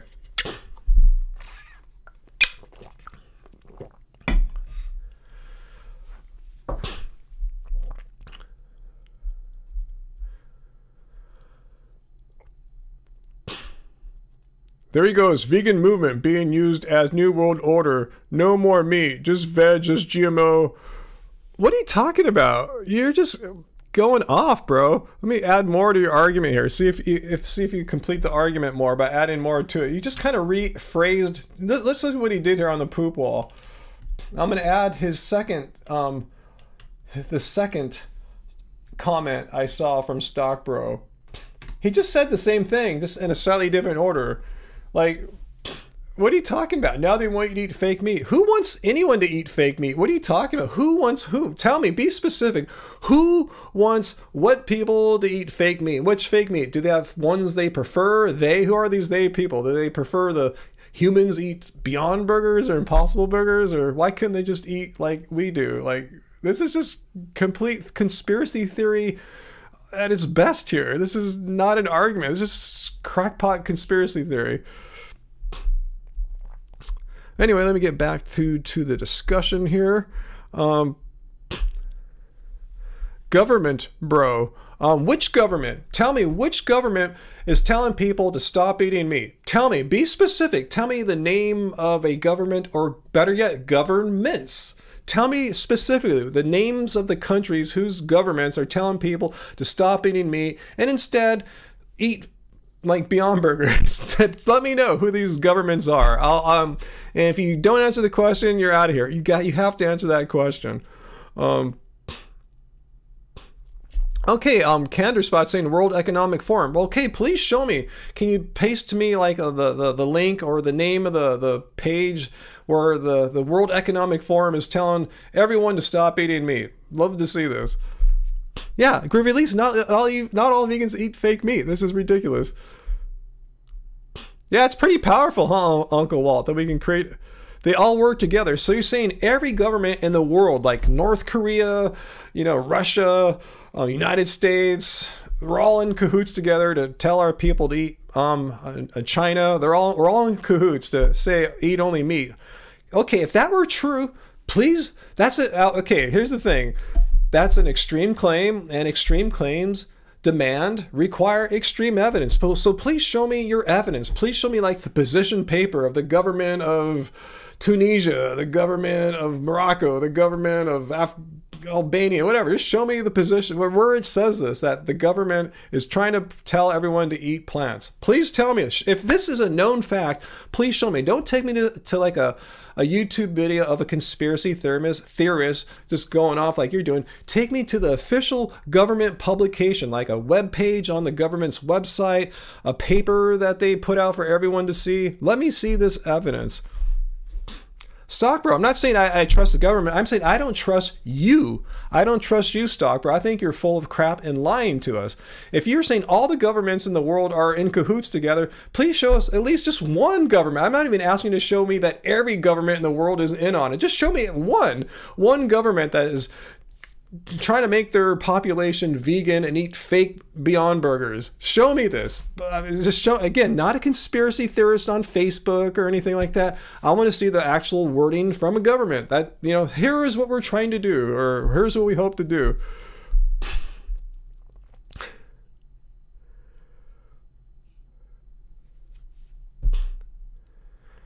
What's Angry Vegan saying? Why single out vegan processed foods when there are even more non-vegan processed foods on the market? Exactly. I know.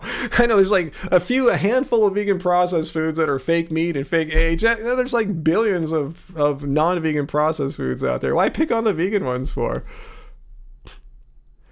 Dr. Bear, yeah, Stockbro, you're just making hilariously wild, unfounded claims. Sarah Smith, oh brother. All countries law, Beyond Meat pushing an agenda.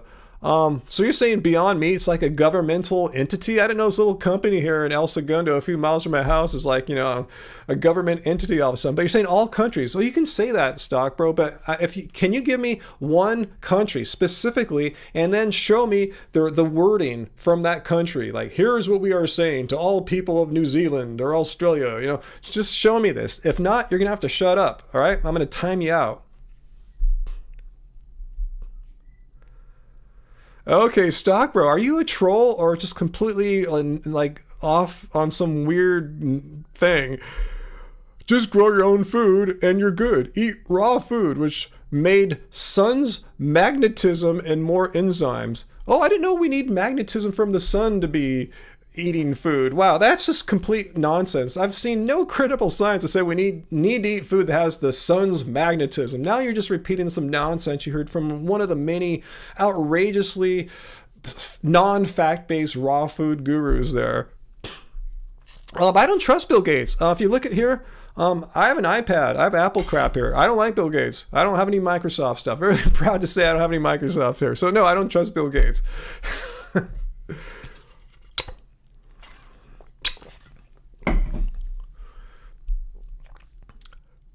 And what does Bill Gates have to do with it? Bill Gates isn't even vegan. Like, how come Bill Gates is like always connected to this? These conspiracy theories. Bill Gates is the one that made the microchips in the vaccines, right? Bill Gates can track us. Bill Gates is making everyone vegan. Why is Bill Gates always like the guy behind all this stuff,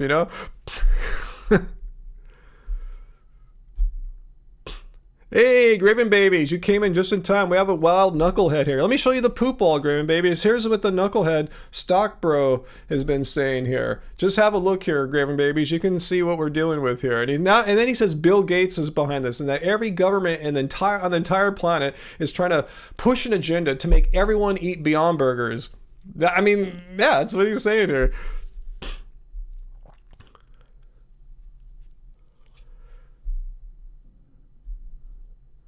Bill Gates says a lot of stuff. He said Apple sucks too, you know? I mean, are we going to hold them, show them that iPhones are going to be a fail? We're going to hold them accountable for that too? What has government taught you that's true, all fake, bro? I don't really learn too much from our government. I don't look up to our government as an educational resource. They kind of manage things, you know? That's not the government's role for the most part. So I learned what I learned, not from the government. What I learned about veganism didn't come from the government, bro. And anyway, if you're going to say all the governments are in cahoots to make everyone vegan, show me some freaking evidence. If you're just going to keep asserting conspiracy theory, whack job nonsense, one last time, I'm going to time you out, bro. Okay? So we'll see. It's your call how you want to play this. All right, Stock Bro? So now that Graven Baby's got to see the poop wall, we'll get back to the main screen here.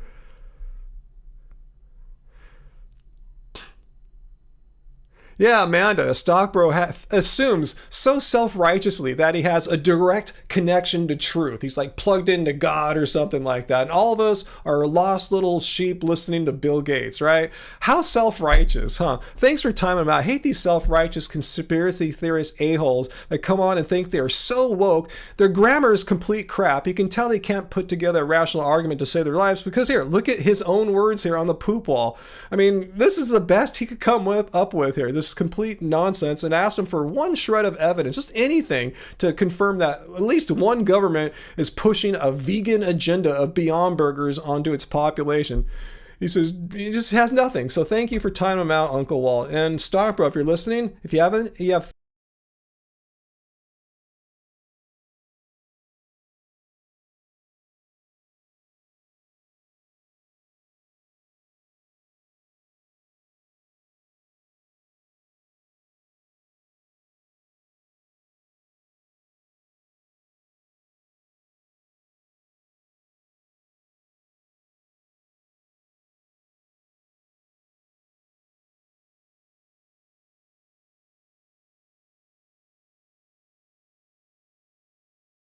another thing. Let me go to the poop wall one more time here, because for those of you that joined late, I also can use the poop wall to show the rules here.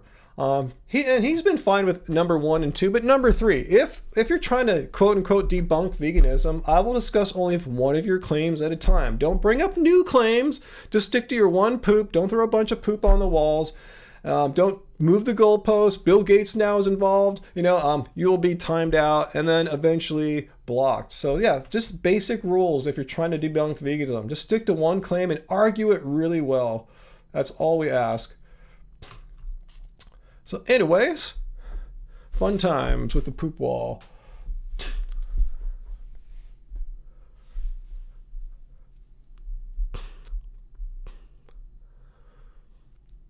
So Candor, you're still here. Candor's Spot. You were the first person. Candor's Spot, who's still here, has the honor of being the first person to be put on the poop wall. So Candor's Spot, if you have one more argument to share with us, share it. If you're just going to sit here and vomit diarrhea, can you do that? Vomit diarrhea into the chat? I'm not going to allow that. So if you have one more argument for me, Candor's Spot, go for it. If not, you've been here for like an hour. You can go do something else with your Friday night. Watch another live stream, play video games, read a book, go to your significant other, whatever you want to do. But you're not going to come here and you can't just sit here and poop. So if you have one more thing you can say it now. If you have one more argument you want to throw at me, go for it. Otherwise, we're going to send you off into the night.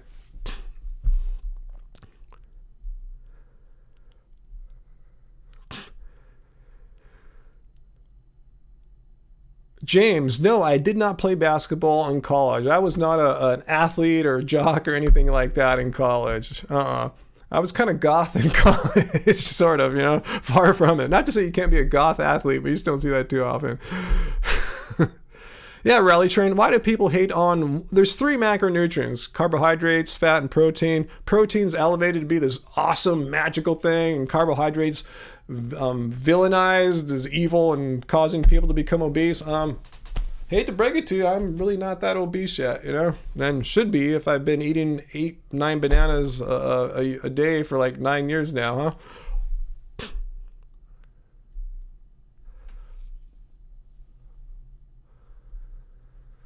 All right, so besides Candor Spot, who's like been put on notice, I think we're cool right now, huh? We don't really have any poop wall people, right? I think we are cool.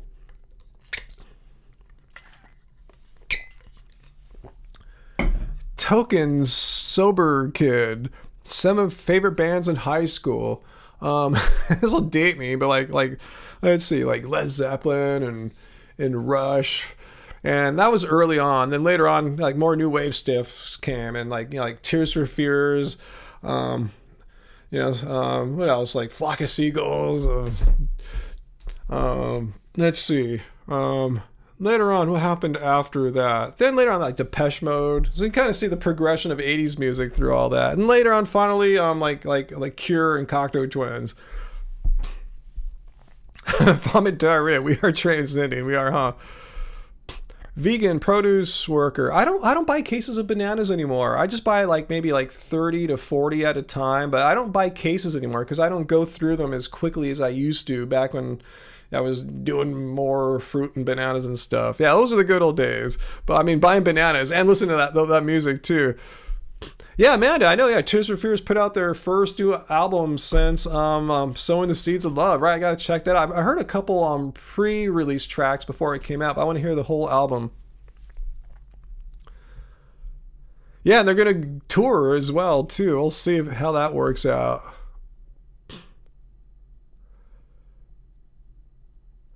Half Japanese. Who is that? It doesn't ring a bell. Is that an 80s band, Graven, or is that after my time?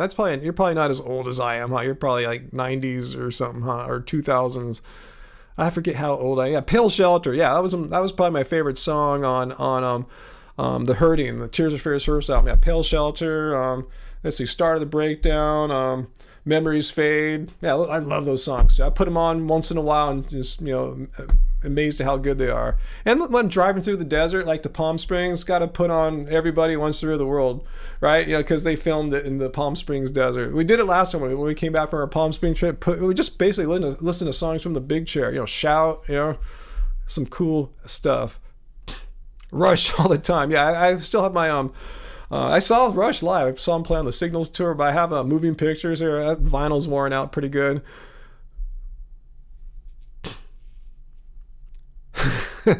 Tina, you're taking a nutrition class, and protein is the only thing that isn't listed on nutrition labels because no one's getting protein deficient and dying, anything like that. Heidi, I don't know who either of those bands are. I knew who XML Deutschland is because they kind of, like a lot of friends in my goth industrial scenes kind of liked XML Deutschland as well, but I can't say I can recall any XML Deutschland songs off the top of my head.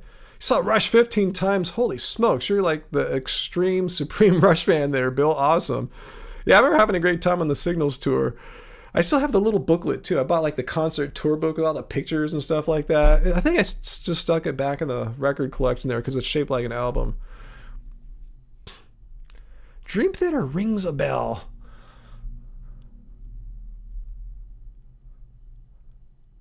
Let's see.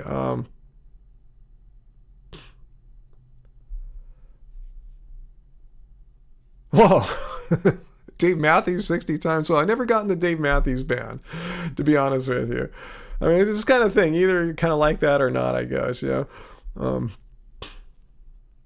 hope not, Fu Man. I hope our cyber infrastructure here is locked down. We'll find out, huh? We'll see how tight it is.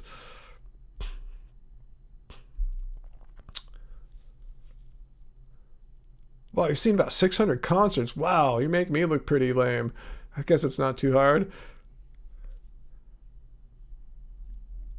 Tool. Yeah, Tool rings a bell, but I couldn't say anything about them.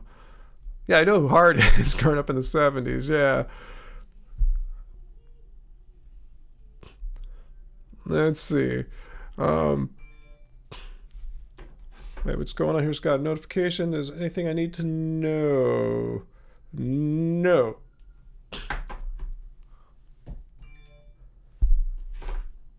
Okay. Ignore the let's see.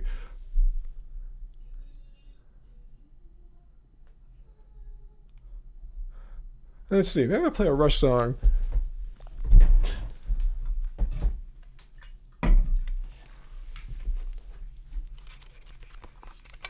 Let's see.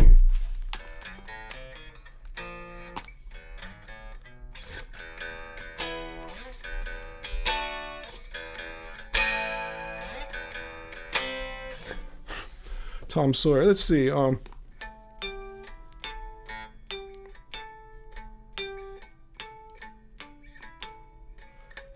can't hear the harmonics.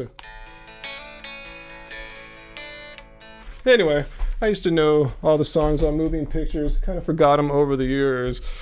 I was going to try to play Limelight there at the beginning, but I kind of forgot what key it's in now. Isn't it like... Is it... Yeah. Is it G sharp minor? Anyway, I forgot. Anyway.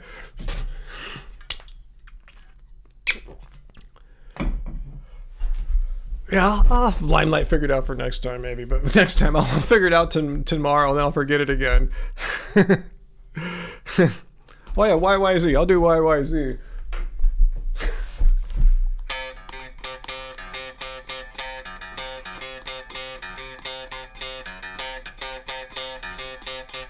Okay, that's YYZ. I used to know how to play most of that song too, but I don't want to try to pull it out of my brain live in real time right now.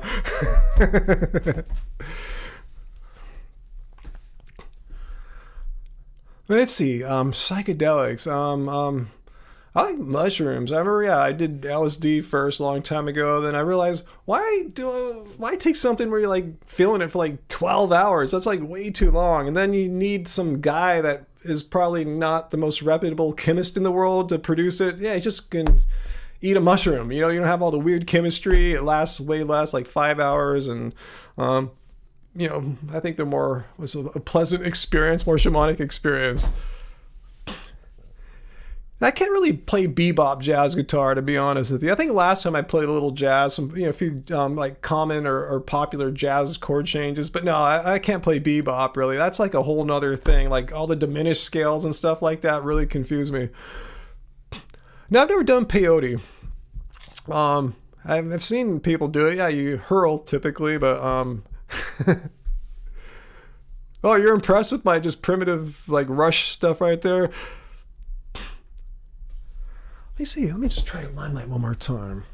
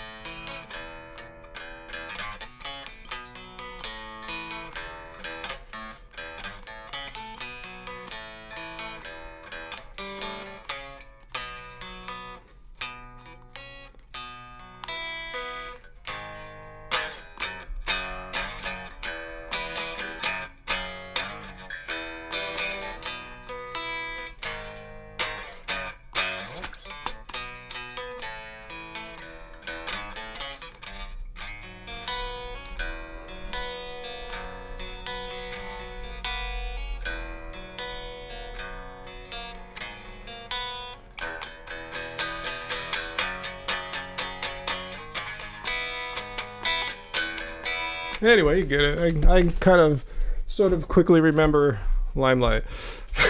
All right. Anyway.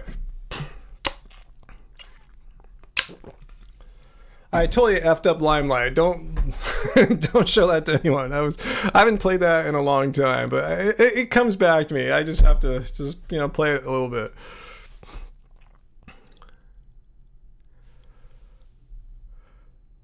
Let's see what that Yannick G. When was the last time my vegan brain and fingers made those connections? of like playing those Rush songs. I mean, I'll play them sometimes when I'm playing, but usually I warm up a bit. I play scales and simple chords, and I start progressing to more like, you know, challenging stuff. I usually don't just start playing Rush songs right off the bat.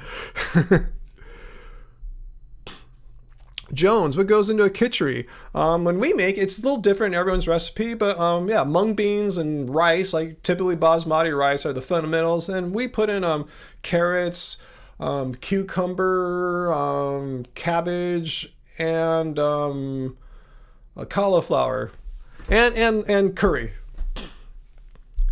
Hey, Peter's here. What's up, Peter?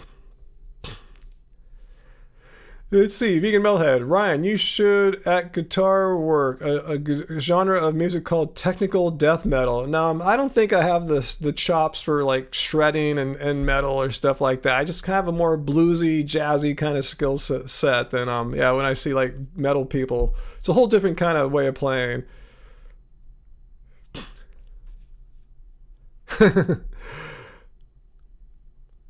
Yeah, we love kitchery too. Yeah, for sure. Rally train. Would I ever cut my hair short? This is pretty short, right? I mean, I guess it's all relative. For me, this is pretty short. Consider my hair used to be down to here when we started our channel. For me, this is short, but I'm actually going to get it cut again maybe next week or the week after. Get it styled a little better. I don't think they did as good a job as they could have last time. I think the last time I got my hair cut was November anyway, so it's about time, you know, March. Van Halen. Let's see. Van Halen.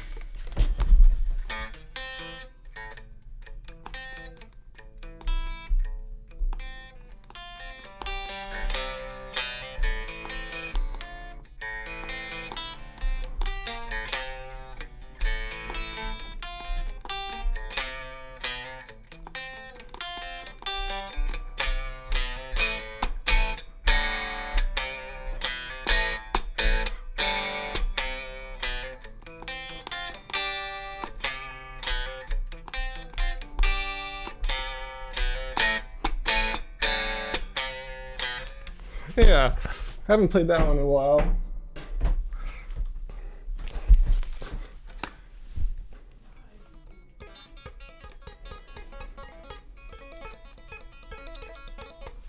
Anyway, I used to play a little bit of Eruption a while ago, but I haven't practiced that hammering technique in a long time. Yeah, rest in peace, Eddie Van Halen. Chili Peppers.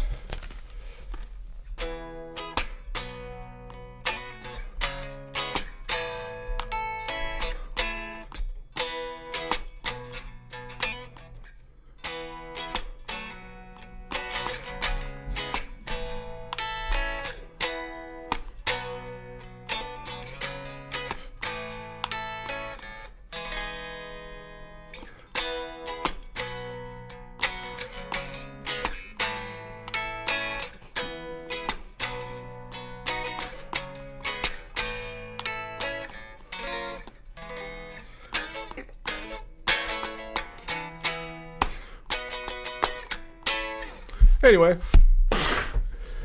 that was a hacked version of Chili Peppers there. Oh, Peter, you missed all the anti-vegans, man. Yeah, we had a lot of anti-vegans earlier.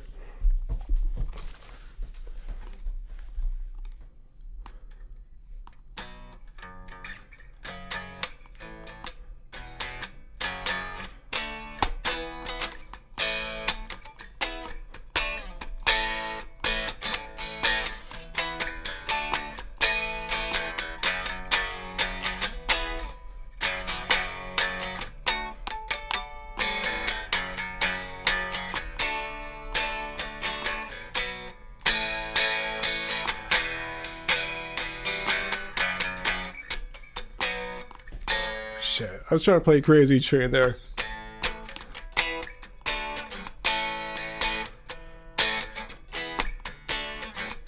Anyway, I haven't tried that one in a long time. It's been a long time. Anyway, that's some bad stuff there. I'm having to like remember how to play it in real time. You know, you see me, sometimes I go off by a whole step or something like that. Anyway, Oh yeah, I know who Jim. I don't know how to pronounce his last name. Yeah, he's a Telecaster player, right? He plays. He uses Princeton reverbs all the time. Yeah, amazing guitar player. How is Ryan playing guitar with all the notorious vegan ailments that we always hear about? Well, someone just play it back. See, he's playing all sloppy because he's vegan. No, I'm playing sloppy because I don't really practice all the songs. I just knew them from my past and stuff. Pink Floyd.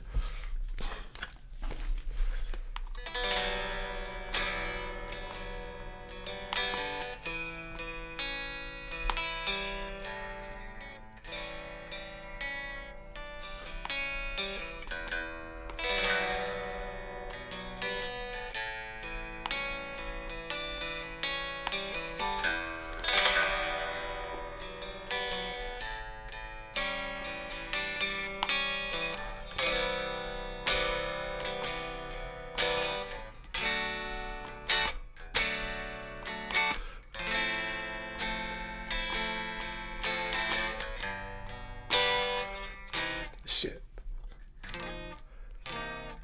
Damn, I know that chord. That's it.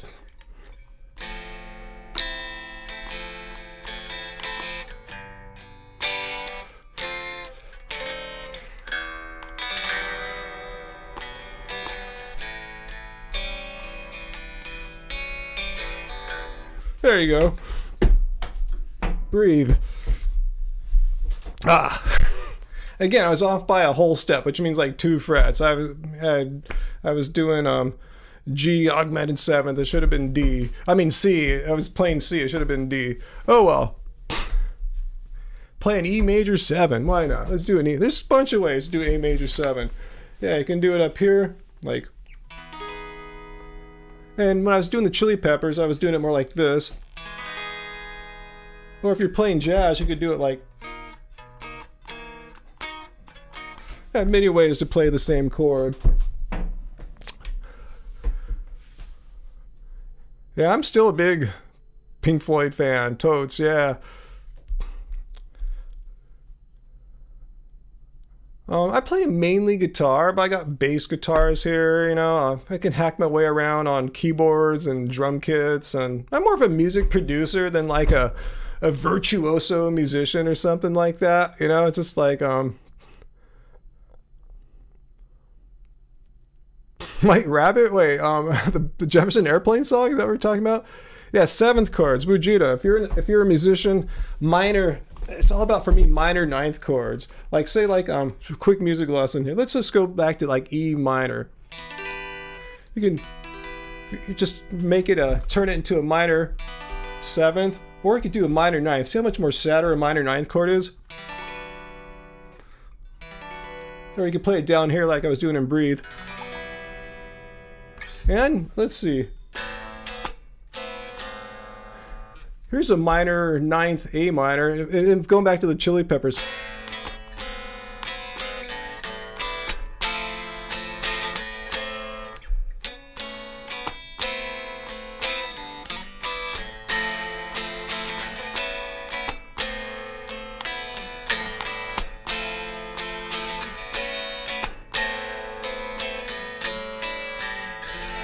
You know, at the end of that song I was playing earlier. Anyway.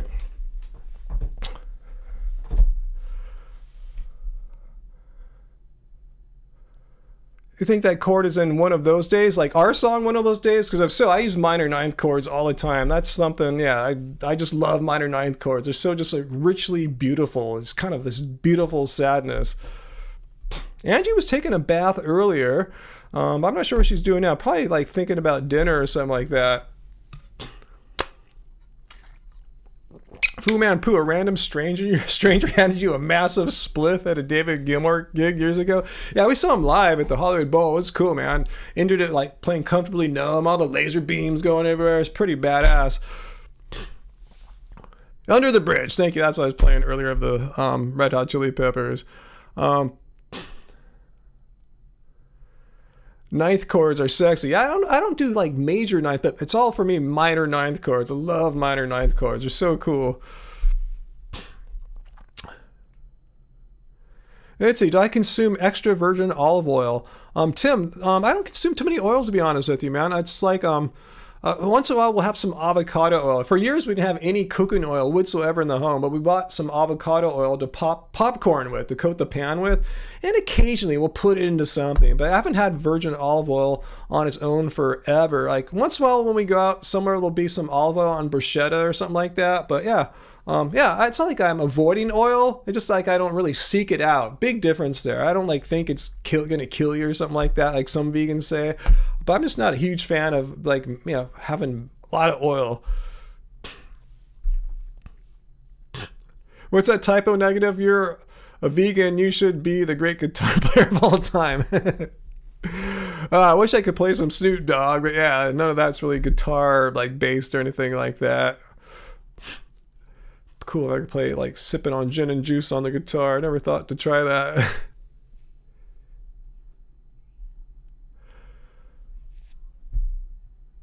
Let's see, what else did I miss there?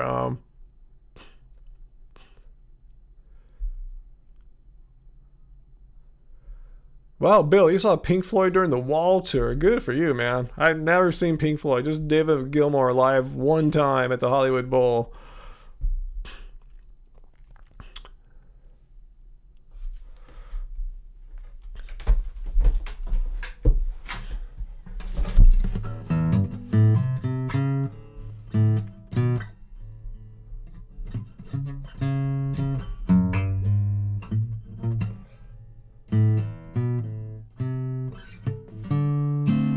I was gonna play Layla. I totally forgot how to play Layla. I mean, I'm sure I can remember it like, a couple minutes later on, but like figuring out live in front of you guys, no. But yeah. Favorite hip hop artist? I'm kind of like old school. It's kind of weird. Like as far as hip hop, I kind of consider that to be a certain for me, it's like, old school hip hop. But there's like newer trap stuff I like too, particularly from Korea. But as far as like old school hip hop, the Dr. Dre production thing, to me is the pinnacle. Stuff he did like with Snoop's album or on the Chronic, stuff he was producing back then, Warren G, that whole era of Dr. Dre to me is like, it's just so smooth. It's so California. I love it. Yeah.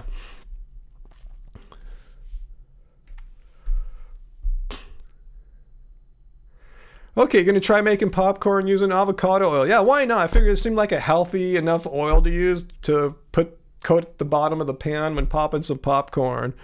Yeah,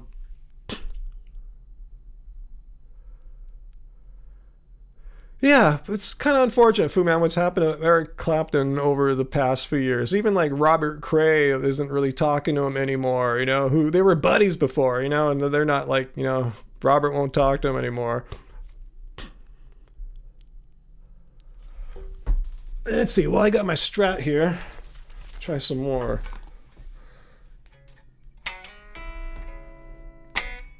I was gonna say, if anyone knows what this is, let me know.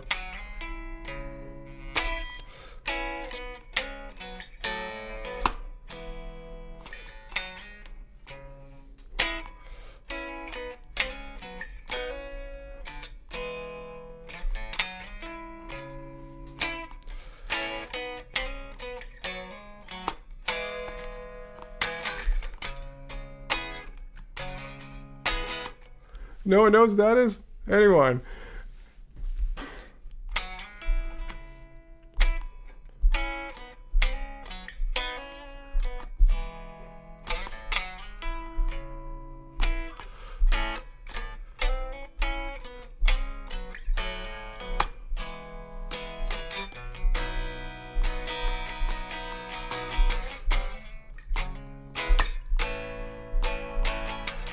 Oh, John Mayer, slow dancing in a burning room. Did I botch it up that bad? I do practice that one a lot to keep my my bluesy Stratocaster skills going on. Check it out if you've never heard of that. He made a really, really good album with this trio. It's called Continuum. To me, it's like his peak. And Angie and I both agree that's his peak. Just look up John Mayer Continuum. Yeah, not every song on there is a winner, like Waiting on the World to Change. I can live without that, but that album smokes, man. It's really, really good. Continuum, John Mayer. Seriously, check it out. It's like maybe 2010 or something like that. He was thinking his 90s way off. Yeah, it's one of my favorite. It's my favorite like blues song of like the 2000s, if that makes any sense. There's so many great blues songs like, you know, in rock, like the 60s, 70s, but this is my favorite 2000s blues song, hands down. And Gravity, another one on that album, one of my favorites.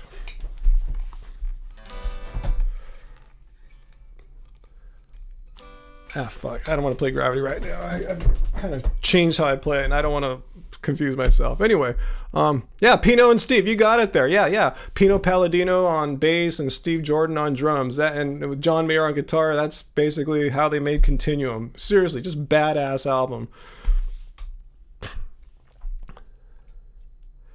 Yeah, John Mayer and Dead Company. I remember when they first announced that John Mayer was going to be in Dead Company.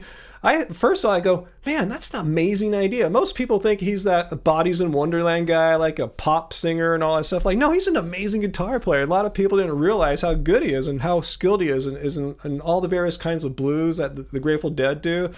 You know, he knows every blues style, all American blues kind of styles. Anyway, yeah, he's an amazing fit. Yeah, I'm glad the you know, he's like so important to them now. He's going to be part of their future. I think he's going to be the future of that band. That's awesome.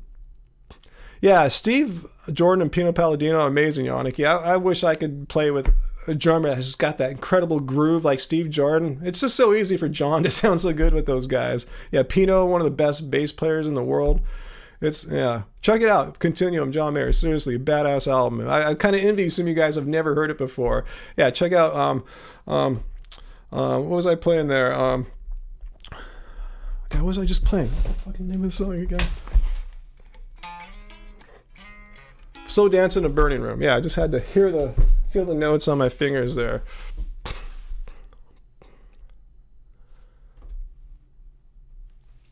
Neil Young's Heart of Gold?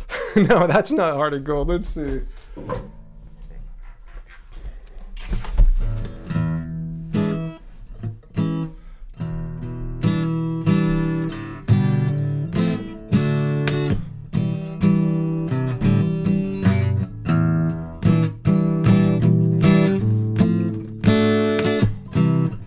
Shit. Anyway, I don't want to butch up Neil Young right there.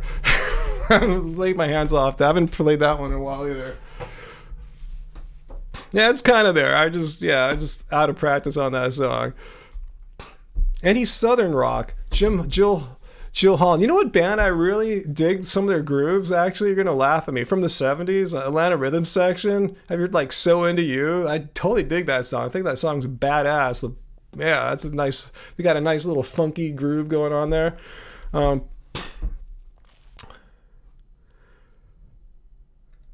Yeah, we're not debunking. Where's the anti-vegans at? They kind of came earlier, threw all their poops on the wall. We even made the poop wall for them, like from Stockbro, and they left. Okay, I guess it's not logically incompatible, but you know, I'm Buddhist. I cannot play any Joe Satriani if that's what you wanted to know. But yeah, Joe Satriani is cool. I saw him play one time. Yeah, I don't know any Allman Brothers, unfortunately.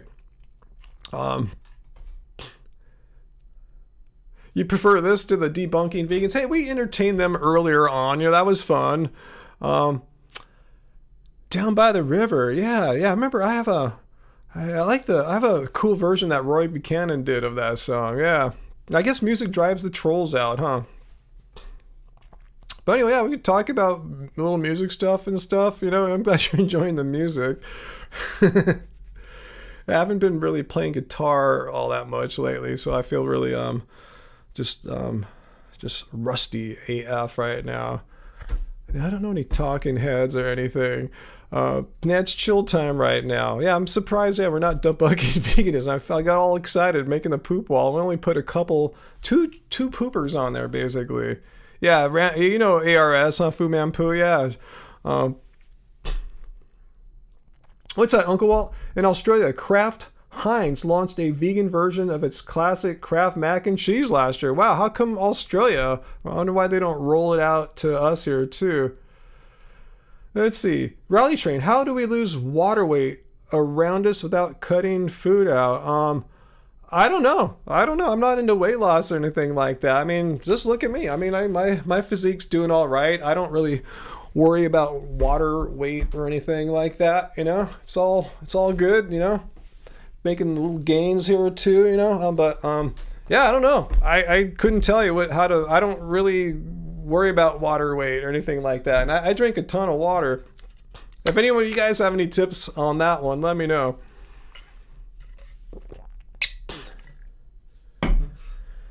Dr. Bear, anti-vegan fallacies, regenerative farming. That one could be later on. I want to cover like, you know, just the fallacies you hear all the time from the anti-vegans, like the classic ones, like the appeal to futility / nirvana fallacy. Yeah, I guess we could work our way towards regenerative farming. That sounds like it'd be tougher. It's not really a fallacy. It's just a misrepresentation of facts, I guess, or data.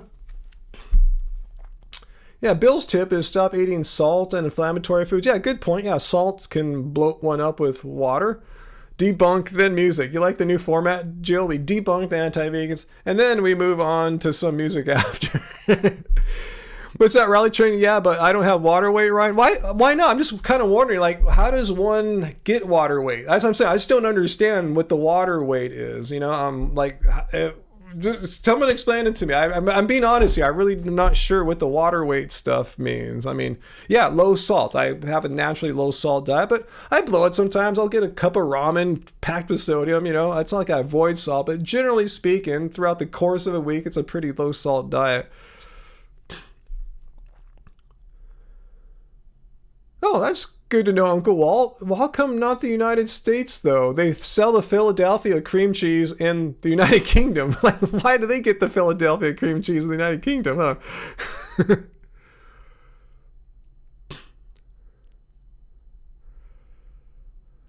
Vocal. I mean, I don't cut carbs whatsoever.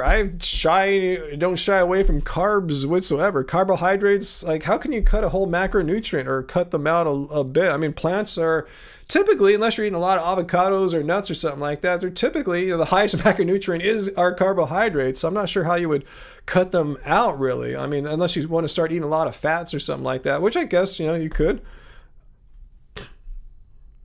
AG Vintage, I understand for a woman. Yeah, that's what I'm saying. I just don't understand. I'm not I didn't mean to belittle the question. Hopefully you guys didn't come across like that too. But yeah, I'm not a medical doctor. I'm not a dietitian or a trainer or anything like that.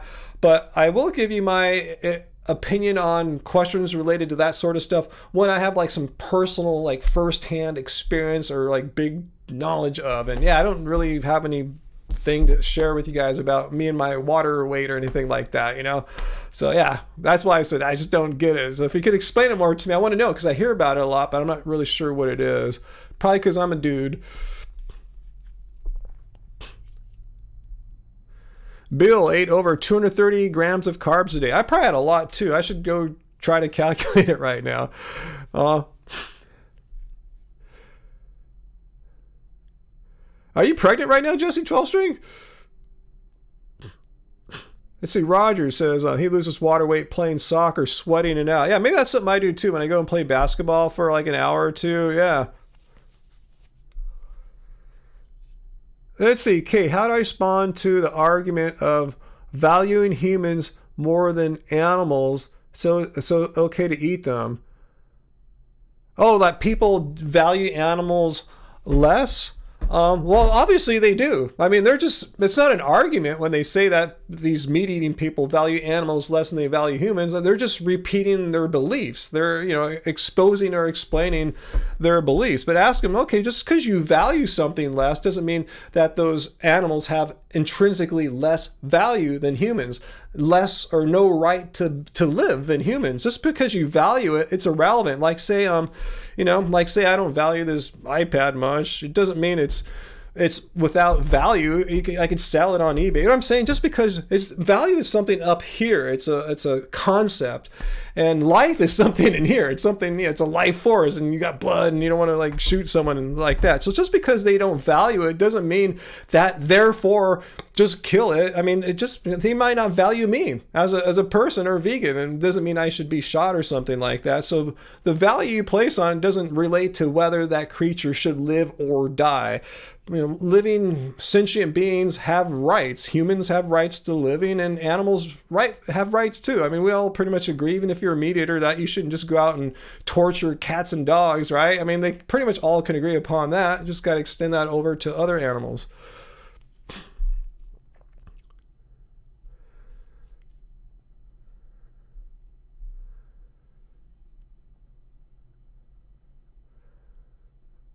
Okay, Jesse 12 string, not pregnant, you're 56. Okay, speaking from memories in the past. Fad Fudge, Vegan Gains is trying to debate me on the topic of debating. I don't know what more I could say about debating. I mean, I just told you, this is not a debate channel. Making it very clear, this is not a debate channel. Again, just because one might win a debate doesn't mean the side you're arguing for has truth. Or likewise, if you lose a debate, doesn't mean that the side you're arguing for is without truth. This means someone was a better debater than you. I'm not trying to get involved in these ego fights or anything like that. This is a channel about truth, about propositions. So if someone comes to our channel and starts typing a bunch of nonsense into the live chat like this, I'm going to put their comments up on the poop wall so we can examine their contents clearly. The words are here unambiguously for all of us to see. There's you can't accuse me of misrepresenting them, as Kevin Bass said. Even though I was showing him just like this, his tweets verbatim, word for word, as he typed them in Twitter. Anyway, we put the words up here and we start thinking critically about what they said and see if what they said has any weight to it, or is it just complete nonsense, or maybe somewhere in between. I'm saying I'm not here to debate. I'm here to examine propositions, here to examine claims, basically. So I'm not sure why debating fits in this. When I said I'm not here to debate, I'm here to examine propositions. So in case anyone wondered, that's what we do here. We look at claims. We're not here to debate. We're not here to gauge in ego trips. We're here to examine propositions, whether they're true or if the logical consequences of these propositions are absurd or not. I don't know why mukbang videos are so popular. I think people that view them maybe get some kind of sick pleasure watching them, maybe. I don't know. I've never been a fan of mukbang videos. VLAM, oh man, sorry to hear that. But yeah, that doesn't debunk veganism. Hope you're feeling okay. Do you have mild symptoms or are you sick? Shot. Did I said poop, huh? I did say poop. I think you guys caught me saying poop there.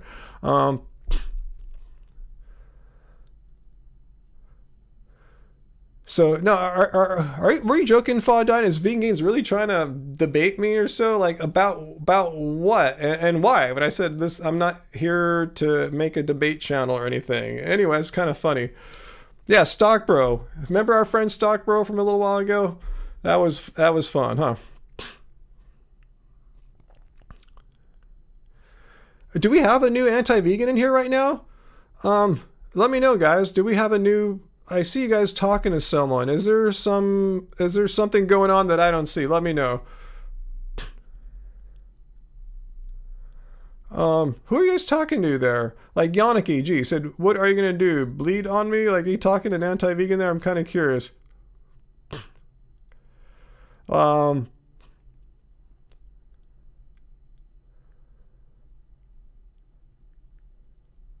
Yeah, Aster, I don't get mukbangs either. I really don't get it. I think people get a little sick pleasure from it.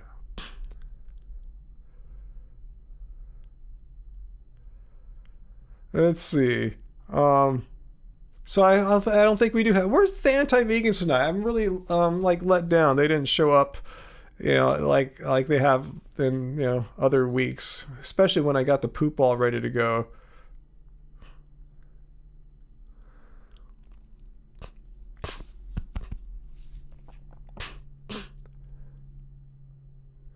Yeah, typo negative. Maybe he wants to debate that proposition about that vegans should go and hunt like lions and tigers and eagles and stuff like that.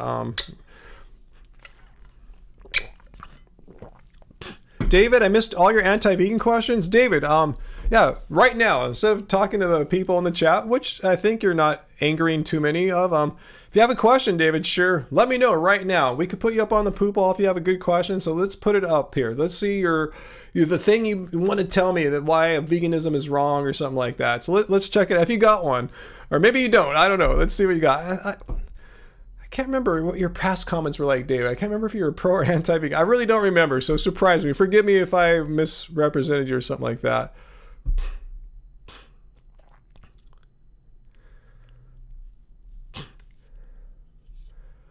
I don't want to butcher any Jimi Hendrix tunes, to be honest with you. I haven't played any for a while, to be honest with you.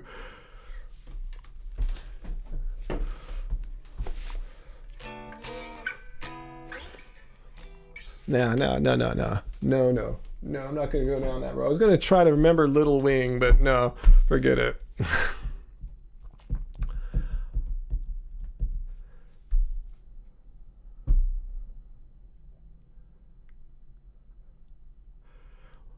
What about plant feelings? Yeah, plants don't have a lot of feelings really without having brains and central nervous systems. They're not capable of having really any kind of emotional life. Like plants aren't capable of feeling pain or, embarrassment or pleasure or shock or gratitude or anything like that.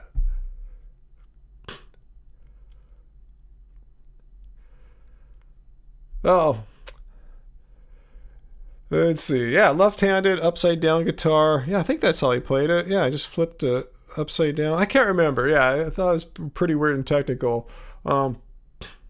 Let's see. Vegan produce worker. When you had COVID, it was pretty bad. You had pneumonia too. Whoa, fought it naturally and finally got both 2 shots so far.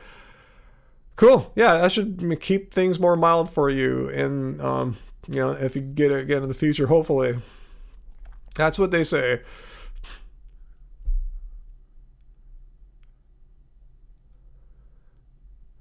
Yeah, fad fudge. Yeah, that whole Dr. Avi theory.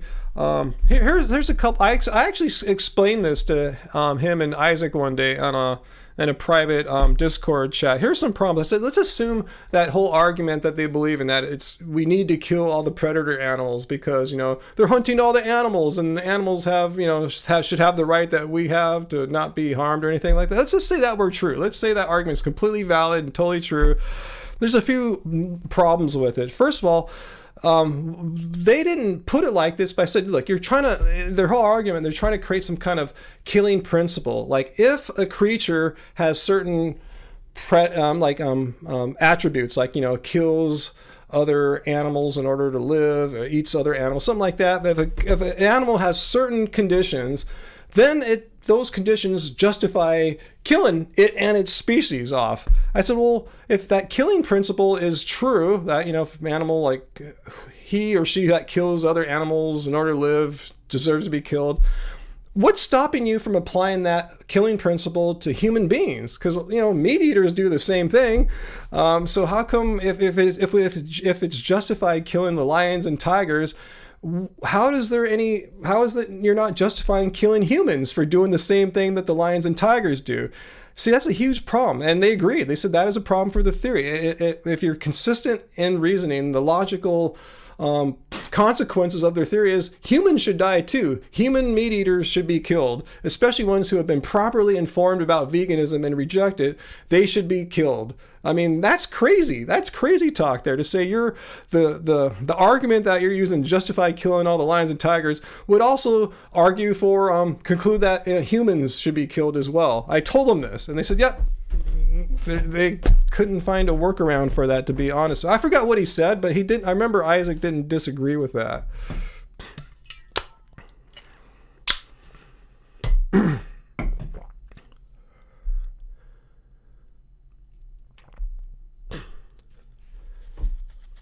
And also another logical consequence of Vegan Gains and Avi's and Isaac's theory is that if that you could be a vegan and eat meat every day of every meal for the rest of your life, because basically the moral barrier that prevents vegans from eating meat will have been removed. The animals that they kill out in Africa and all that stuff, the lions and tigers, those were hunted justly, right? They weren't killed in an immoral way. It was like just to kill them. Like, what should you do with the meat after that? Just throw it in the garbage can? No, you might as well eat it. So vegans could eat that meat, because the moral barrier that would otherwise separate vegans from consuming that meat is gone. You could eat meat every day and call yourself an ethical vegan, because that meat was harvested morally. It was harvested justly. So vegans could eat meat all day. That's the first. Okay, that's the second logical consequence. I find absurd that vegans could have meat 3 times a day. But the primary one is that you could use that reasoning to kill the lions and tigers to kill people,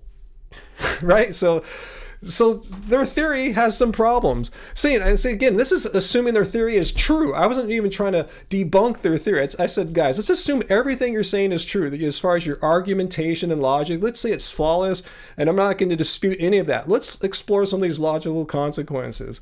Killing people is justified, and eating meat from these but justly harvested animal meat is totally cool.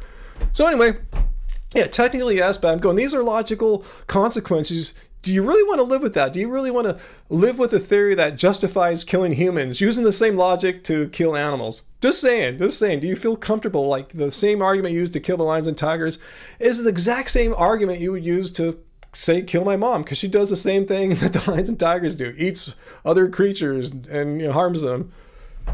So anyway, if anyone wants to respond to my video, like Avi or Vegan Gains, you can watch what I'm saying here. I'm not going to debate you guys, because I don't want to have my name associated in a debate about this crazy thing. I'm just saying these are the logical consequences that you got to live with. And these are horrible ones to swallow. These are like deal breakers. Killing people and eating meat every day is cool if you're a vegan. Fad Fudge, there's nothing to wrestle with the theory. I'm going, let's assume the theory's true, Fad Fudge. Let's say it's flawless. Say the argumentation and logic are perfect. These, what I'm pointing out, are the logical consequences of their theory being true. And I think I've reduced it to absurdity. Vegans eating meat every day is okay in certain circumstances, every day, every meal, and killing people, justifiably killing people, would be okay under their theory too. This is absurdity. It's a reductio ad absurdum, I believe, what I just showed there. These are logical consequences are just horrible.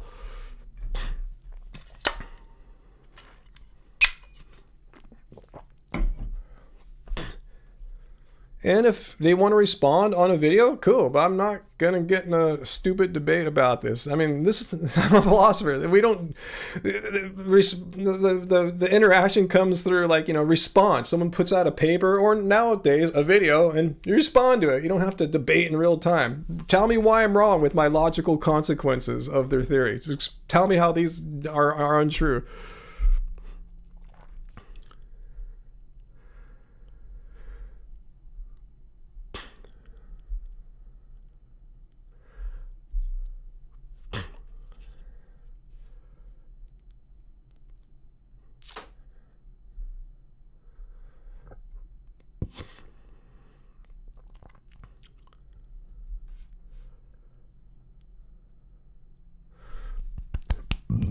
Little water burp there. So any other questions? I've been on like 2 hours, 12 minutes. Wow.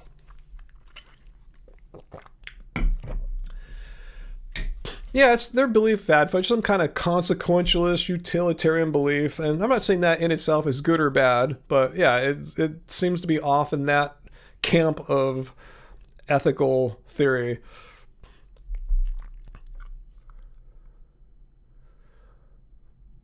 Wow, Bill, you stopped all processed food? Good for you. I can't say that. Duran. I can do some Duran here. Now break out the bass.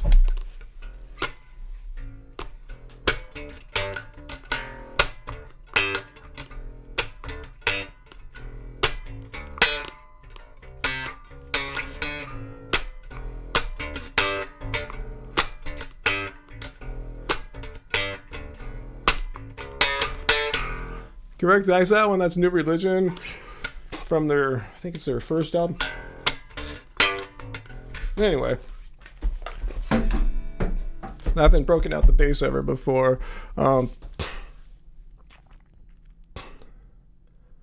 Wow, 400-pound junk food vegan. Did you tell us that last time, Bill? I can't remember. Cool. Wow.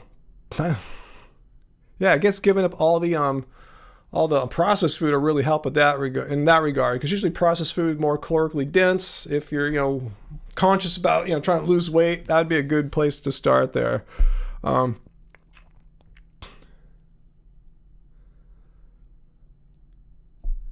Let's see. Seven the Ragged Tire. I kind of stopped following them by then. Yeah, my favorite song is like Save a Prayer. I mean, that song's just so badass.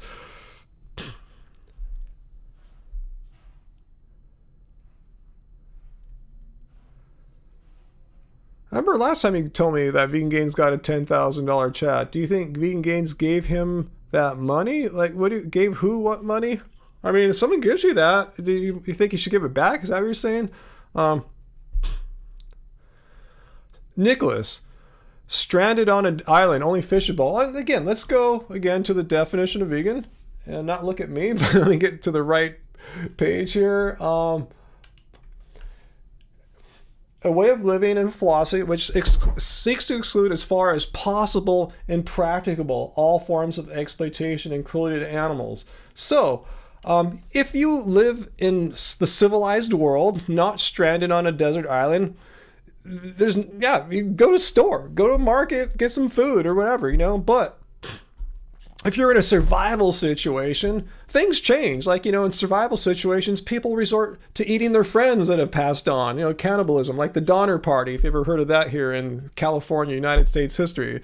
If you're trapped on an island, and veganism isn't asking you to die, it doesn't say that. As far as possible, if you have to eat fish to stay alive, if I were trapped on an island, I probably would do what I had to do to stay alive, so I can get back and then be vegan again. But yeah, veganism isn't asking you to lay down and just die for your beliefs.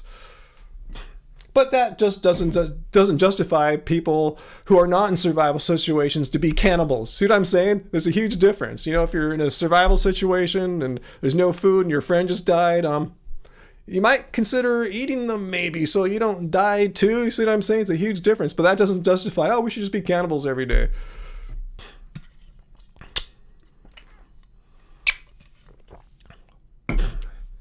Thoughts on Ukraine? I think it sucks. What's going on there? I mean, the people of Ukraine didn't provoke, the government of Ukraine didn't provoke their own sovereign nation doing their own thing.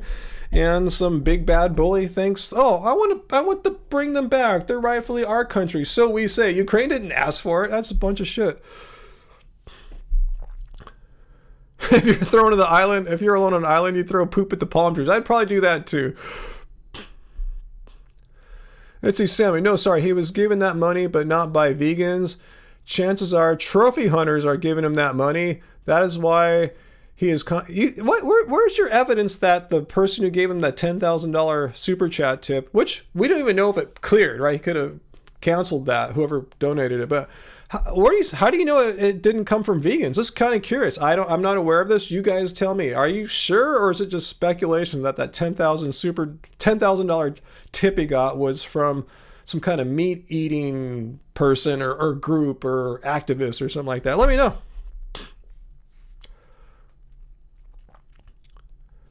Ryan, yeah, I'm going to try to I will make the Doesn't Suck Being Vegan shirt soon. Soon meaning like in the next month or two. It's on my list. I put it from the back burner to the foreburner now.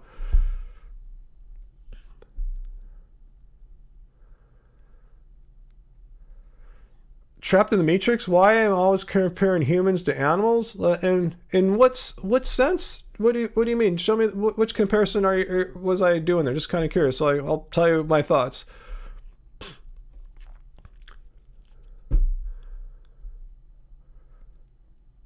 I mean, meaning like, do you mean this trapped in the Matrix? Like, I believe it's wrong to go to a human and shoot them, or like I believe it's wrong to go to a human and start raping him or her. Like, yeah, I mean, yeah. Likewise, I believe it's wrong. I believe those things are wrong, and likewise, I believe it's wrong to impregnate an animal for your benefit.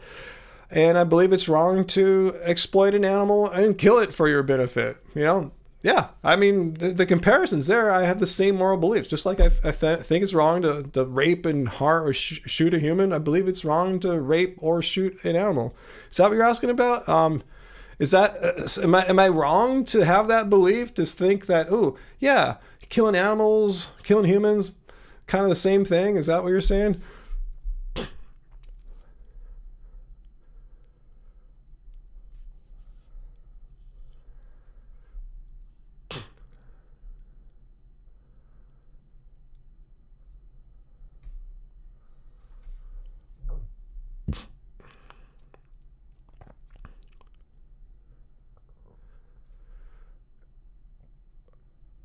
Yeah, vegan produce worker. Yeah, we have purple. I don't know if we have that particular kind, but we eat little purple and red and white and yellow potatoes. Yes. Yeah, we love all potatoes, basically.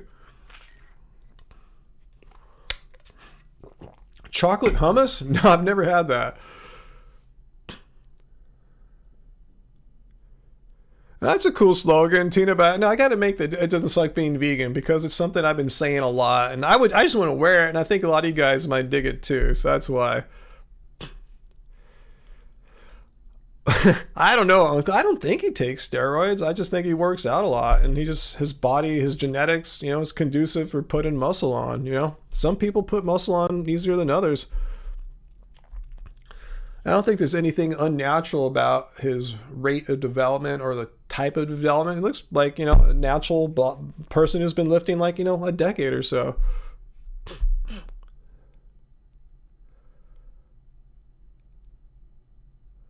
Yeah, I'm assuming he's natural. I don't see anything reason why he wouldn't be, other than anti-vegan saying there's no way a vegan can get that big because I couldn't get that big. Oh, maybe you need to train harder. Or maybe your genetics aren't as good as his. It doesn't mean he's on drugs because you couldn't get that big.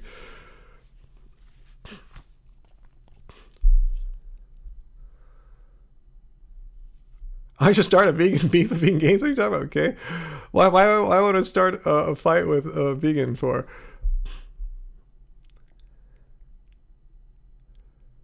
Start a Beyond Beef with them. Ooh, da-da-bam. Doesn't suck being in a cult. That should be the t-shirt, Travis. Vegan. Doesn't suck being in a cult. That's what I should get, huh? Vegan. Yeah. I'll think about that, Travis. No, I'm like 6'5". I'm 6'4.5". I thought Vegan Gains is like 6'3" or 2, something like that. Correct me if I'm wrong. But I remember making a middle note that he was just a little shorter than me. Samuel, so what's your assertion here? How is Vegan Gains not vegan? Are you saying that he consumes animal products or he's not an ethical vegan? What are you saying? I just don't know. I haven't watched his content. But I would find that I haven't watched content in a while. I don't think he would have changed that much in that time I stopped watching. Like, how is he not vegan anymore? Like, what evidence do you have? I'd love to hear that.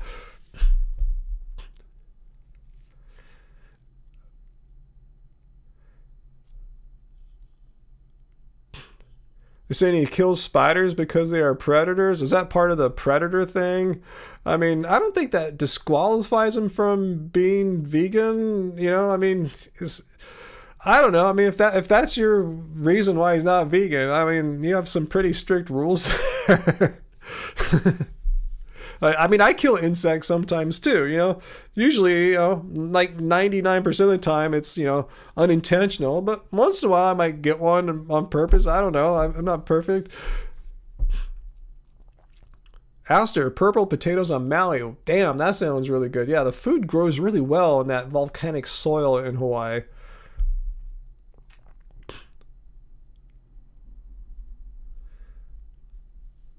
Fad fudge, where'd you get that rule out? I mean, my first instinct would be to not kill a spider crawling on me. I just kind of would like try to get it, flick it into like a piece of paper or a jar, and then chuck it outside, fling it outside. Don't have to kill it to do that.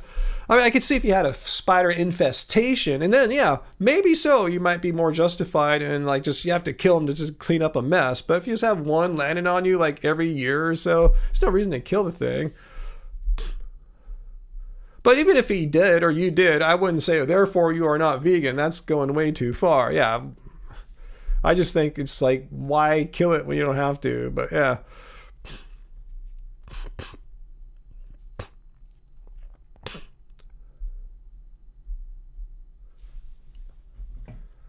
Samuel, I think I know what you're talking about there. I think you guys are the anti-vegan gains people are kind of misrepresenting a little bit some of the stuff he's said in the past before.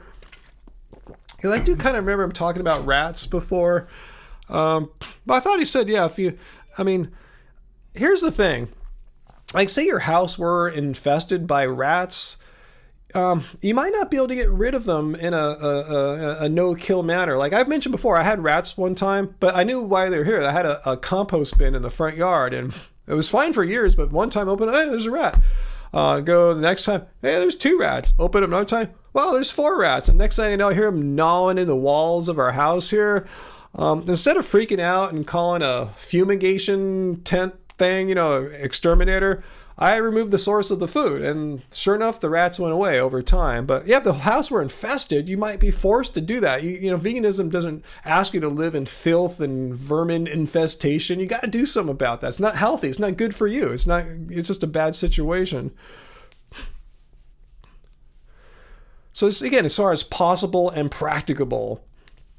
That's not what he's saying. What is he stating then, Samuel? Again, yeah, let me know.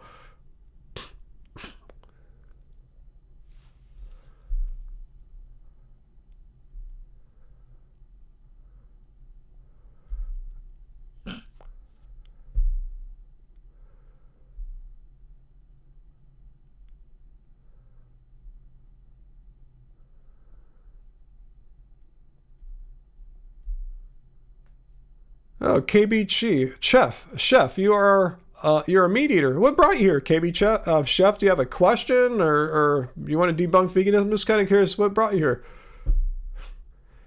Yeah, I think Dr. Bear's asking you. KB Chef, okay, hi. Were you going to try to debunk veganism? Are you here just to say how much you like dead animal flesh? Yeah, if you have an argument you want to put out here, KB Chef, if you think you want to debunk veganism, cool. Or if you're here to learn about veganism, if you're here with an honest, sincere intent to learn something about veganism, maybe take something positive away, you're welcome to do that too. But if you came here with some intent to debunk veganism, let's hear it. Let's see what goods you got on veganism, if you have some kind of debunking of veganism. So type it in down here, your best example why veganism is wrong, your best argument why veganism is debunked, and let us see it. But don't just throw a bunch of poops on the wall. You got to give us one solid, just great claim here. So we'll wait for you to think it through.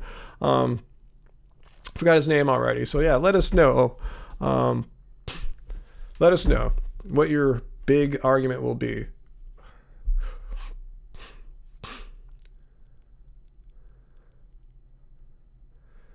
Yeah, Sam. No, I have no interest in doing a debate with Vegan Gains. Last time I did one, he told me that basically his style of vegan activism was pretty much handed to him from the vegan gods. Like, here's how to be a vegan activist. This is the one true way, and any other way is wrong. I said, oh, thanks. So I'm glad to know that you know exactly how to be a vegan activist, and I didn't get the playbook from the vegan gods. I'm doing it all wrong. Great. I'm glad to know that you have truth on your side, and anyone who deviates from that is wrong. So yeah, I really don't need to get in any further discussions with someone who thinks that my vegan activism is like an inferior kind of vegan activism. It's not that good. Ace Jackson, I think you would feel better eating a little meat. Let's put that on the poop wall. That's a nice one. Well, I think I can copy the whole thing here. Let me put that up there. All right, Ace, you're going to be our third person to go to the poop wall here. Let's go to the poop wall. All right, so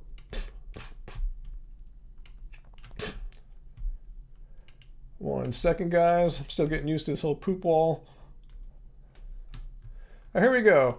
Right, I think you would feel better eating a little meat. That's your argument to debunk veganism there? I would feel a little better? That implies I feel bad or something? Like, how, like, I already feel good. Like, you see what I'm saying? I feel good.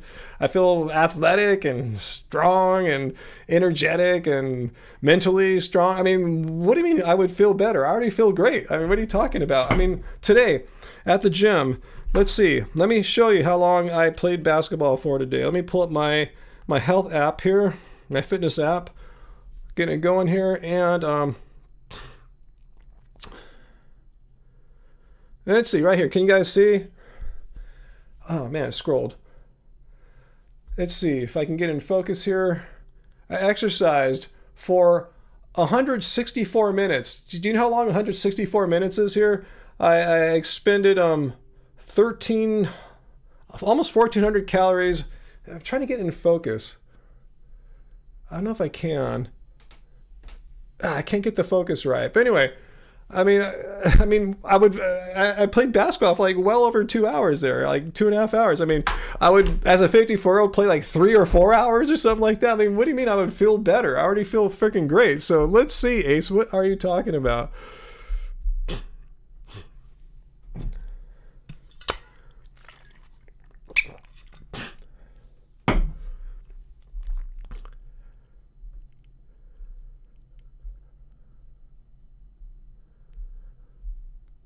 Okay, so Ace, are you coming back with the response, Ace? I mean, I would feel better. Like, I already feel good. I didn't know I needed to feel better or something like that. I'm just kind of curious what you're talking about.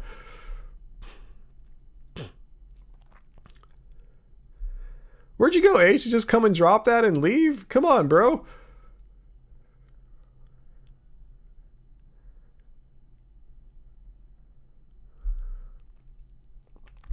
Freedom Hong Kong. Oh no, are you doing the combine harvester argument, Freedom Hong Kong? I debunk that pretty much every week. So let me know if you're trying to put out the combine harvester argument.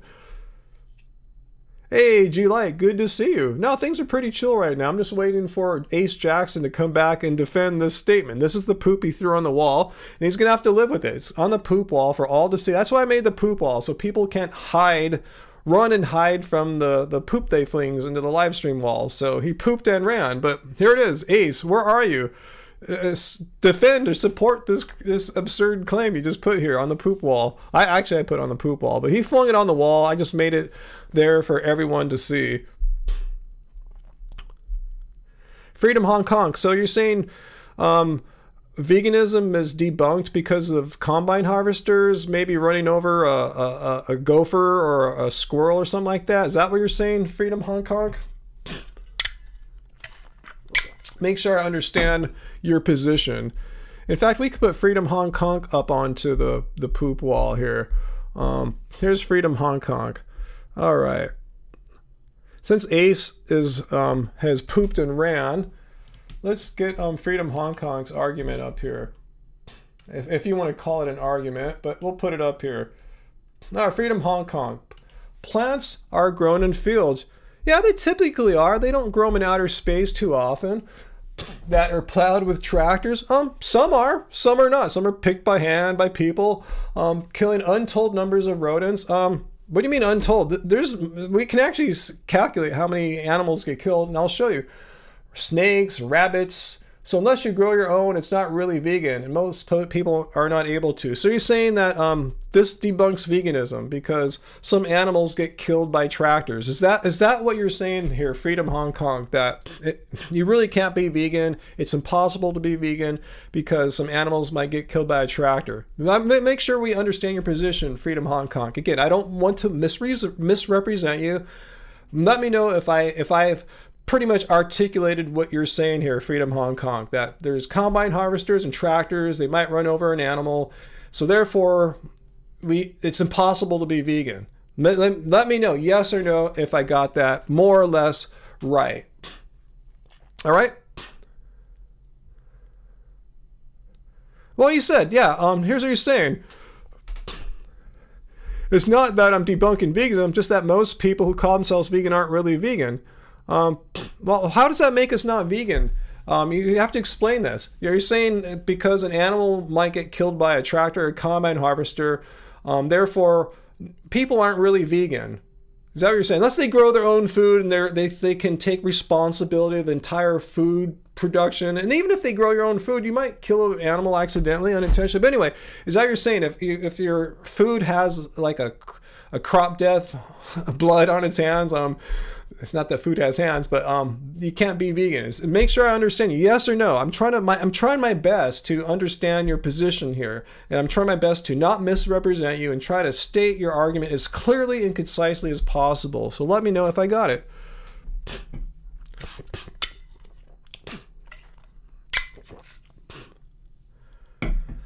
So just let me know, Freedom of Hong Kong, yes or no, if I more or less captured the essence of your argument here. This shouldn't take too long. Just say yes or no, man.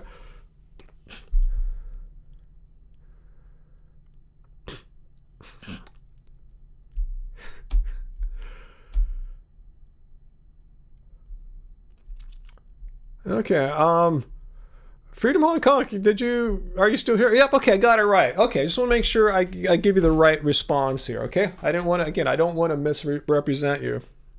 Okay, so first of all, two things we want to look at here. The definition of veganism doesn't demand absolute perfection here. It says it's a way of living, a philosophy, which seeks to exclude, as far as, these are the keywords, possible and practicable, all forms of cruelty and exploitation to animals. So if there's some unintentional harm to an animal, it doesn't make veganism null and void. I mean, if there were some crop deaths involved in growing food, it just shows that we live in an imperfect world and we cannot really attain perfection. But let's not just, what's the word I'm looking for? What's the word I'm looking for? Just kind of, crap.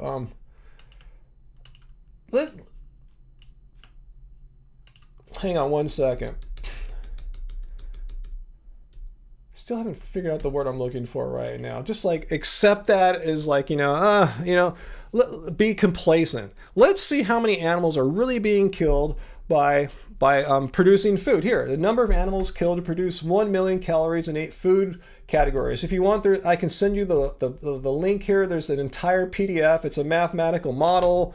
The author includes all their formulas and assumptions that were used to derive this graph here. And this graph, the model makes a distinction between animals that were killed in slaughter, like when the animal goes in the slaughterhouse and gets killed, and it makes the distinction between those animals from the animals that were killed unintentionally in crop production. And here, look, the red animals, blood, those are the animals that were killed in the slaughter, and how many animals were killed, and the gold shows the animals that were killed in the in harvest. And way down at the bottom here, vegetable, fruits, and grains. So if one is truly concerned about reducing the amount of crop deaths as much as possible, you would eat fruits, grains, and vegetables. You would eat plants. Because to create 1 million calories of grains, 0 animals are killed in slaughter, obviously, and 1.65 are killed in harvest. So a total of 1.5 animals killed total to produce 1 million calories of grains. But for chicken, 251. Compare that, 1.5 to 251. And for eggs, 92 animals died. For beef, 29 animals died. Pork, 18 animals died. Again, grains, 1.5. Fruit, 1.73. So if you're truly concerned about the number of animals killed in crop deaths, you would have no choice to eat plants. That would have the fewest. Is it perfect? No, but veganism does not demand perfection. All right. That's what's wrong with the unintentional harm argument. Furthermore, another problem with this argument is that it's an appeal to futility or nirvana fallacy. Basically, you're saying, okay, since we can't achieve complete perfection, there will be some gopher or a squirrel or rabbit ran over by a tractor. Then let's just forget this whole concept of not harming and exploiting animals. Since we can't achieve 100% like pure perfection, no animal gets harmed, let's just throw the idea out of harm or not harming animals. Let's just toss out and just harm animals willy-nilly because we can't have perfection. That's the nirvana fallacy. It's an appeal to futility. It's being futile. We can't achieve all we want to do here being perfect. So let's just screw it, throw our hands in there, and just give up on the whole idea of fighting for the rights of animals. You know? So anyway, that is that. So yep. There we go. That's what's wrong with the whole crop deaths thing. And there's more wrong things we can talk about. I just showed you at least 3 ways to look at how it's wrong. It's Ifa died. He lives in Iowa. And I believe you, yeah, if you're using, if you're in these like big monocrops, they don't grow like, you know, in fertile fields. It's all chemical agriculture as opposed to soil agriculture. There are no animals in these fields. They spray so many chemicals on these crops. There are no bugs for them to eat. Also, people act like any animals wouldn't run away from a tractor. Think about it. Tractors are loud. Combine harvesters are loud. Have you ever tried to catch a rabbit? Have you ever tried to catch a rodent? They're quick. They have good sensory apparatus. They know when loud, big, noisy crap's coming at them. They run. They just don't sit there and go, I wonder what that big, loud combine harvester is going to do. Should I just sit here and wait? No, they run. Just like if a human walks in their vicinity, they run.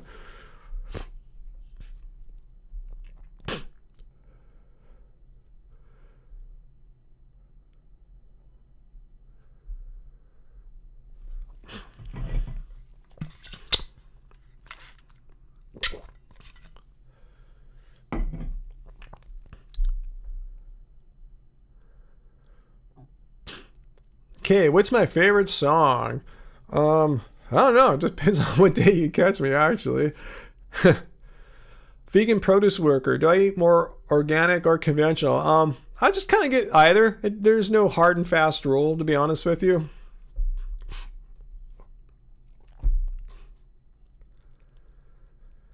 Nicholas, can you eat just veggies? I don't know. I have no idea why. Why would someone want to do that for? Why exclude perfectly healthy food groups like legumes and grains and fruits? Why eat just veggies for? I think you might have trouble getting all your calories for one, and therefore getting all your nutrients and micronutrients and everything.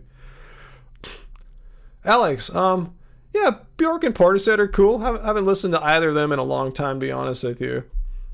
I listened to Portishead like when Dummy, their album Dummy was, you know, a new album in the 90s.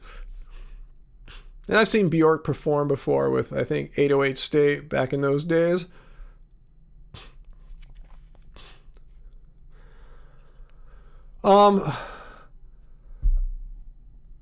Let's not fad fudge get into a debate about abortion, please. Okay? This is not, I don't like these hot button political type debates going on, so please let's not do that. Okay, if you have your beliefs, cool. I'm sure we all have our beliefs, cool, and I respect everyone has their own beliefs, but let's not get into a discussion here, please. I hope you can respect that fad fudge. I see Uncle Walt deleted those. Yeah, we don't, you can have your beliefs, cool, but yeah, this is not the forum to argue for or against abortion. I've explained my position on before, and that's all we need to know. You know, let's move on. Not saying that's all we need to know, but if you want to know my position, I've discussed it before. Carnivore diet. Is she onto anything?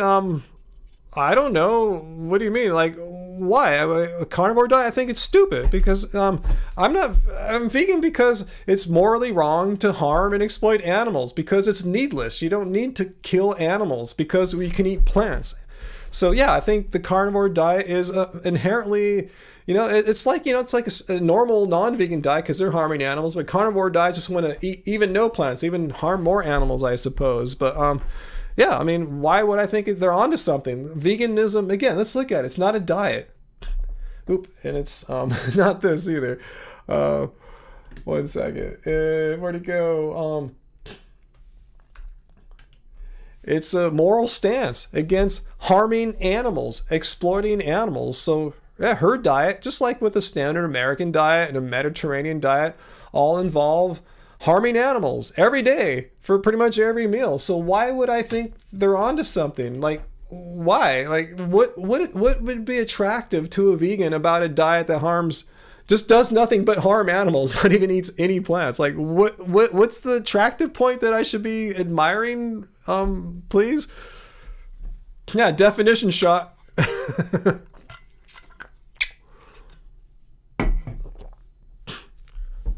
Yannicki, what do you mean? What about wool? How are we talking about wool? KB, chef, am I a religious person? Yes, I'm very religious. I've been Buddhist for like 30 years or so. Yeah. I'm Chinese, by the way, too. It's religion of my homeland.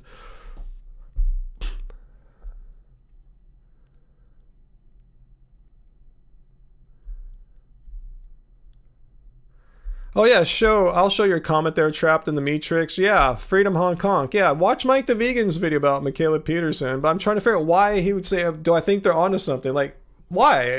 They're all about exploiting animals.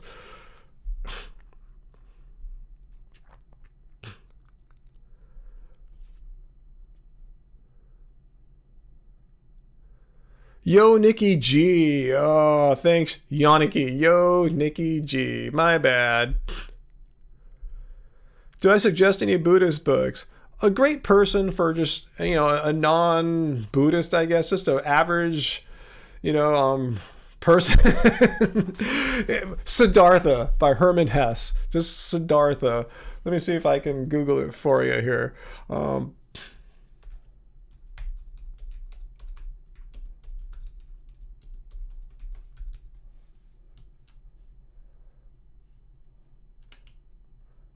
Get this book here. I mean, I'll link to the Wikipedia page, but I could have easily linked to an Amazon link or something like that. But check out this book. It's kind of a fictionalized account of the life of Buddha, basically. So check it out. I think Herman did a great job understanding a lot of Buddhist concepts for this this book. I like to reread it every maybe 5 years or so. It's cool.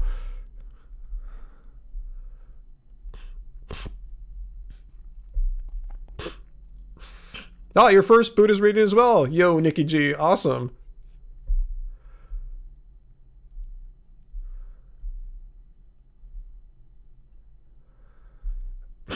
KB Chef, Jesus ate fish? Okay, I mean, you asked me if I was religious. So yeah, I'm very religious. I'm Buddhist. And you're telling me Jesus ate fish? Like, where are you going? Are you trying to construct an argument somehow? I don't know where you're going with this. Please elaborate, because I don't know how to fill in the dots for you there. Saint Young Man, never heard of that, Jesus Christ.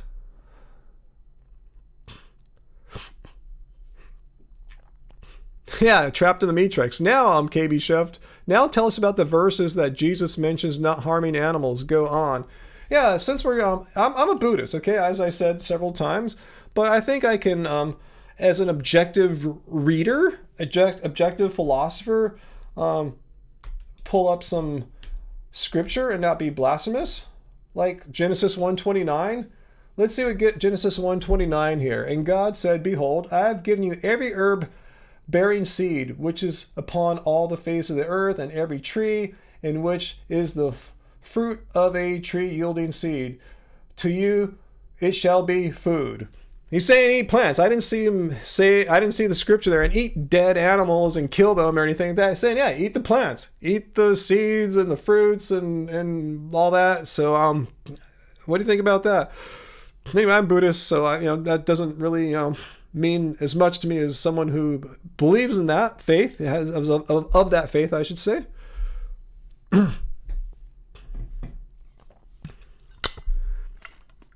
Freedom Hong Kong. Just talk to me, Freedom Hong Kong, instead of fighting with people, trying to at them and stuff. Just tell me if you have an issue again with veganism. I already responded to your original claims. If you have anything else you want to say why veganism is bad or horrible or something like that. KB Chef, seems we're all here just for confrontations. No, you're here to talk to me, KB Chef, unless you left already. I'm the person you should be talking to. Instead of fighting people in my our chat here, our community. I'm the person who invited people to come debunk veganism.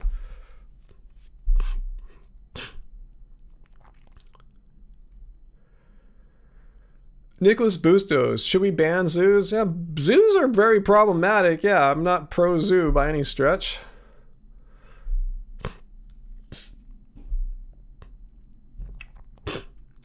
But yeah, Freedom Hong Kong, again, even though Yo Nikki G gave you the instructions there on how to at someone, just talk to me. If you want to fight people, I'm the guy. All right, don't fight our viewers, please.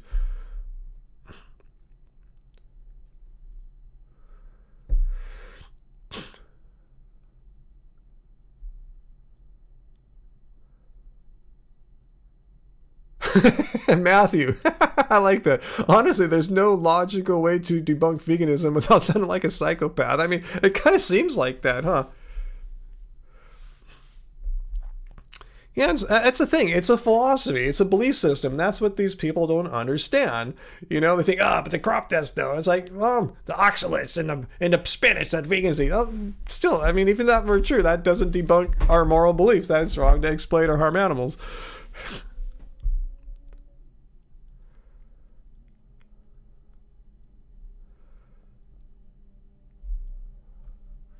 I will say, as much as I dislike zoos, I know that many of the larger zoos reintroduce some of these endangered species back into the wild and strengthen their population. So as much as there's say about bad zoos, there might, I'm saying, as many bad things there are to say about zoos, there might be one or two pluses, you know, many minuses, but they might be helping in some other areas. But yeah, they can't get around the fact that animals are being exploited in zoos. But, you know, at least some good might come out of some of the reintroductions into the wild. But I don't think that alone justifies zoos.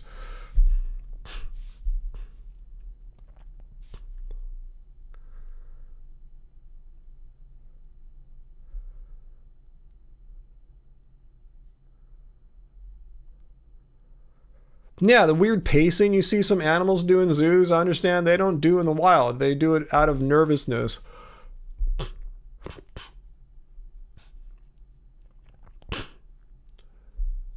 Yeah, I agree with you, Dr. Bear. It's like I have like an ambivalent feeling about zoos, simultaneously opposing feelings. Yeah. If they could just do the positive stuff and not have all the negative stuff about zoos, maybe we could change the conversation about zoos.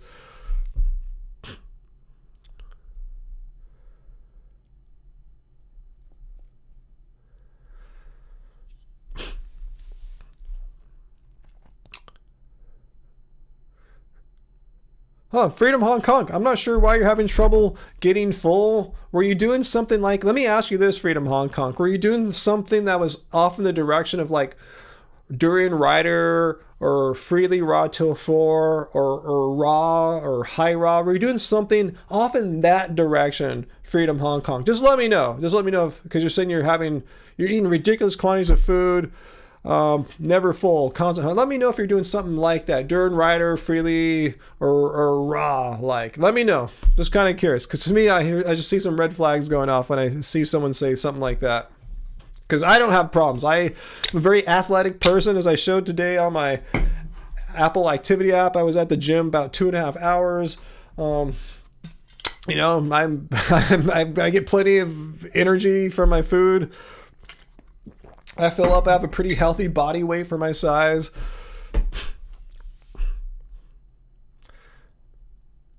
Puma Sheen, 10-year vegan anniversary. Hells yeah.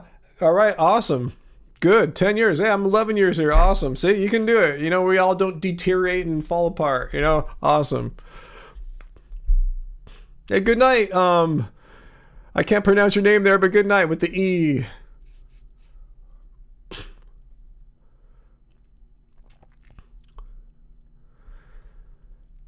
Oh yeah, I've been to that place in Rosamond, Uncle Walt. Yeah, a long time ago when Angie and I first started living together. It's way in the upper desert. It takes a long time to get out there, but they have all these like wild, exotic cats. Oh, that's how they got there. I can't remember. It's been a long time. Yeah, the cat house. I took in exotic cats that people brought as pets. I thought they had like but I remember seeing like real like ones you see in like Africa and, you know, South America, that kind of cats and stuff. Maybe there's another place you're thinking of.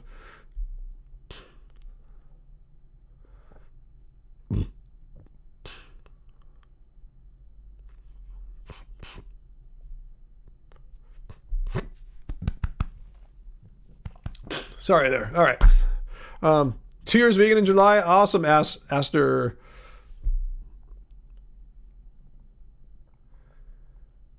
Natalie, someone on another YouTube channel made a comment about you stating I was a raw vegan at one point and it was a failure. Is that true, or they're just making stuff up? Yeah, a little bit before we started our YouTube channel in 2013. I went vegan in 2010, and in 2012, for about maybe 8-9 months, I didn't write it down or anything. I tried various forms of raw vegan. Just not eating cooked food and stuff like that. Just tried it out, and then I realized it's kind of not anything worthwhile, just like a lot of work, and there's really no benefit that I couldn't get eating how I eat now. So I tried it. Did I fail? No, I just thought, like, why? It's a lot of work, it's a lot of effort, a lot of money, a lot of everything, and what am I getting out of it? Am I like better, healthier? Nothing. Am I saving more animals' lives or nothing? I just didn't see why I would want to subject myself to all that hardship and for no extra benefit. In fact, it seemed like it was harder to do some things, like maybe just stay full and stuff like that. So anyway, no, they're not lying, but I didn't fail. I didn't like get sick or anything like that. I didn't die, or you know what I'm saying? It's not like I lost my health and made a vegan, well, I'm no longer a vegan video or something like that. No, I just thought it was just kind of pointless. Like, why would anyone want to do this for? Why would I want to not eat potatoes? Why can't I steam my freaking broccoli? Am I going to die if I steam my broccoli? It just seemed pretty just dumb, you know? So anyway, that's why.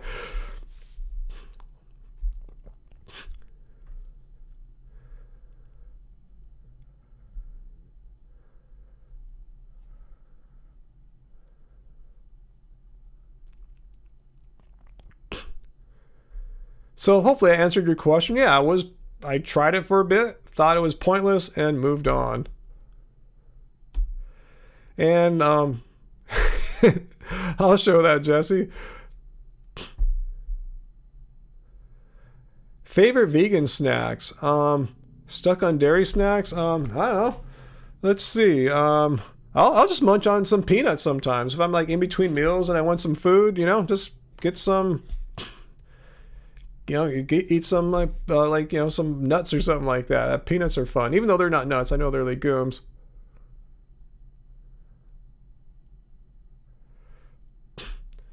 Okay, so Freedom. I think I was asking Freedom Honk Honk, were they following people like Duran Ryder and stuff like that? Okay, good. I'm glad you weren't. If I understand, you tried your best to follow Dr. Greger's channel from his book, How Not to Diet.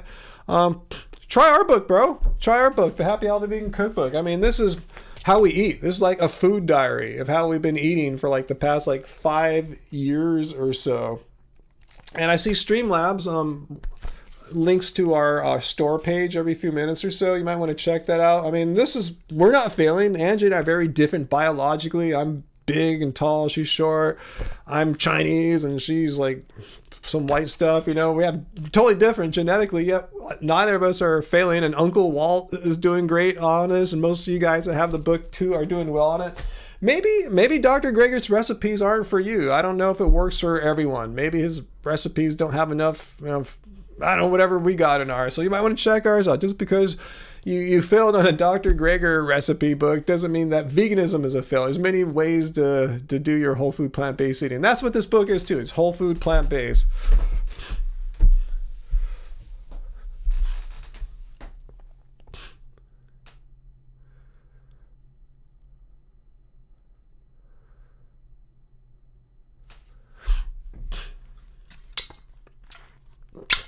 What do I think of the Maasai tribe? Are they healthy? I don't know.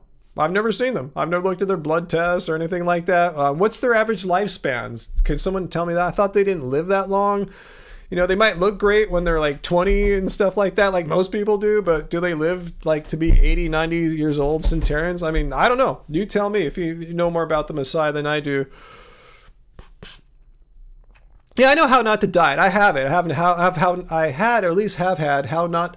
had How Not to Die. I own How Not to Diet right here. I can go grab that for you. I'm just saying, you know, he's not like the be-all, end-all. As far as I know, Dr. Greger isn't even vegan, right? Am I correct in that? You know, he promotes whole food plant-based, but I've never seen him say, yeah, save the animals or anything like that. So I don't know if he's just like doing vegan only for health. But anyway, I'm not bagging on. I'm just saying he's not the be-all, end-all when it comes to like how to eat as a vegan. That's all I'm saying. I'm not discrediting Dr. Greger in any way. Hey, Han Solo's cousin, good to see you. Thanks for the super chat tip there.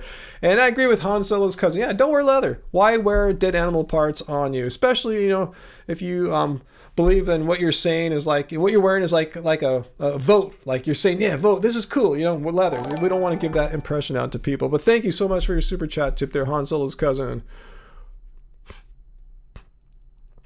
Decide lifespan about 45 years. Thanks, Uncle Walt. So if that's their lifespan, average lifespan, I would say what they're doing is not, something that I would want to emulate, because I would be dead already on average. I'm 54. Yeah, I can't imagine Dr. Greger eating animal products. I'm not suggesting that in any way. I'm just saying, he might be like, there's people who eat vegan diets who aren't necessarily vegan, like say Dr. McDougall, he says he eats turkey once a year. I don't even know if that's true. I think he's lying, but just by saying that, it's hard to argue that you're an ethical vegan. You know what I'm saying? So I'm not sure if Greger has ever come out and proclaimed for all the world, yes, I believe it's wrong to exploit animals and stuff. I don't know, but he just might be doing a vegan diet. I'm not bagging on him anyway. I'm just saying, I don't even know why I went down that road. I'm just saying he's not the only person that could put out a eating book. Pizza tonight. Awesome, Han Solo's cousin. Man, I'm kind of missing pizza right now too. I wonder what Angie's got going on for us tonight. That sounds really good. Thanks again for the super chat tip. I want to thank you, Han Solo's cousin. You bought us pizza that other live stream. I put it on our community tab. If you go to our homepage, hit community, you'll see the picture of the pizza we got at Fourth Horseman last week. And Han Solo's cousin pretty much bought it for us. So thank you so much, Han Solo's cousin. Oh, Dr. Bear did too. Awesome. Man, Tina had it too. Awesome. Man, I'm the only one not having vegan pizza tonight.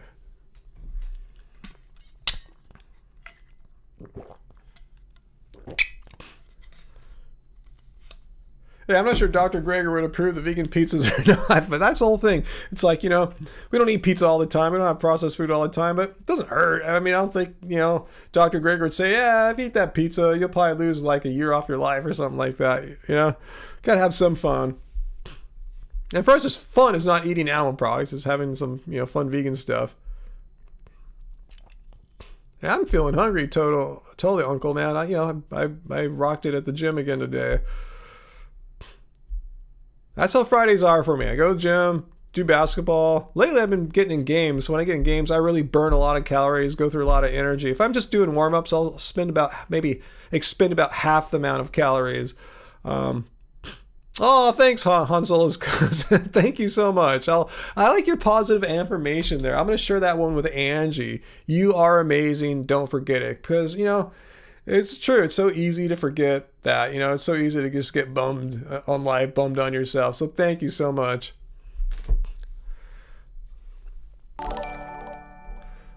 Oh, Freedom, Hong Kong. I'm going to put that on the poop wall here. Let's put this on the poop wall here. Poop text.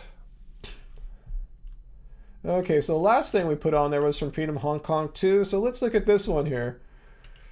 Freedom Hong Kong says, people don't like being preached at from the vegan pedestal, and many vegans are annoying. Lol. Isn't that comment itself kind of annoying? It takes a certain character type to go against societal norms.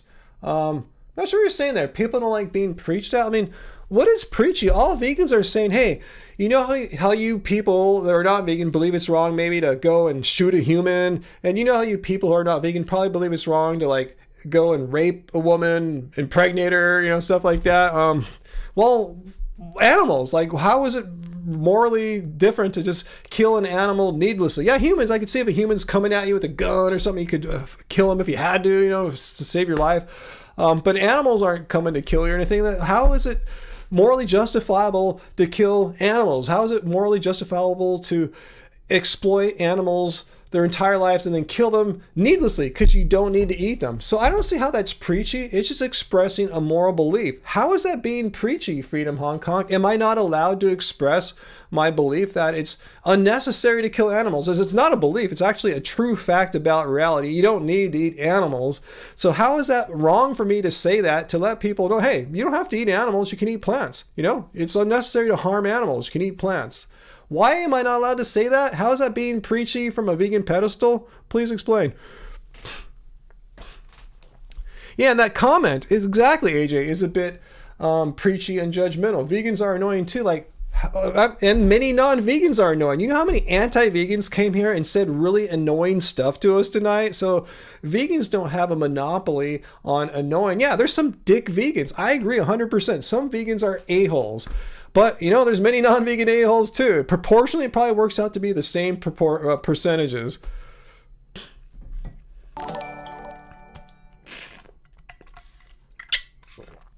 Hey, thanks again, Han Solo's cousin. Thanks again for your generous super chat tips here. Animals committed no crime. Don't hurt them. Yeah, exactly. That's what we're trying to tell Freedom Hong Kong. Why do you choose? Why do you choose? Like, you have two paths you could go down in life. One path involves not harming animals every day, just eating plants, not harming animals. Another path is harming animals.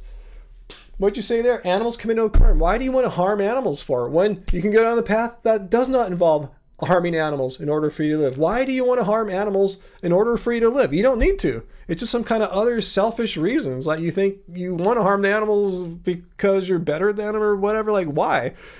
Please explain why you think it's wrong for us to question that assumption that it's perfectly fine to harm animals when you can likewise choose a path that doesn't involve harming animals. Yeah, Uncle, don't make your dinner plate a crime scene of like murder and, you know, exploitation and impregnation.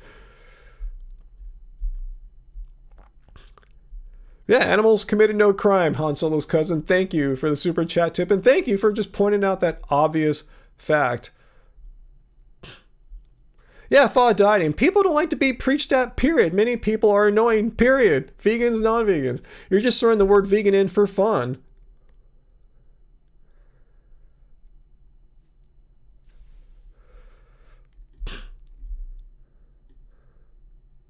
All right, we got some more here to put on the poop wall here. Let me add some more poop text here. All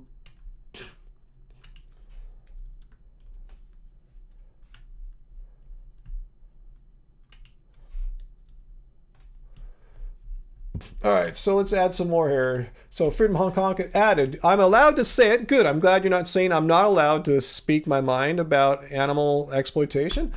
I believe in almost total freedom of speech. Cool. But, here's the big but. People will often find it preachy.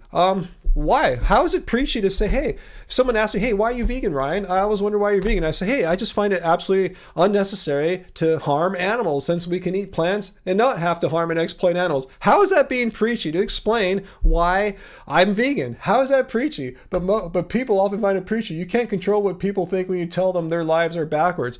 Where did I just say your life is backwards? And why? If I'll pose the question, like, I'm just curious, why do you intentionally every day choose to consume animals, killing them? Why do you want a lifestyle that necessitates animals being killed every day for every of your meals when you could choose a lifestyle which doesn't kill animals? Like, why? Do you enjoy harming animals? Or I'm just kind of curious. Like, I don't understand. It seems like such a no-brainer.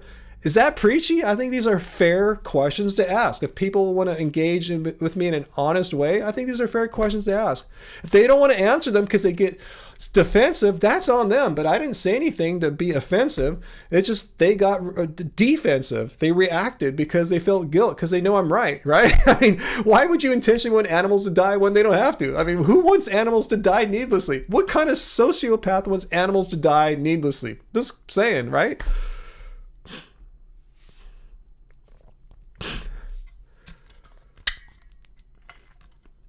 Yeah, Uncle, is it preachy to debunk lies? Huh?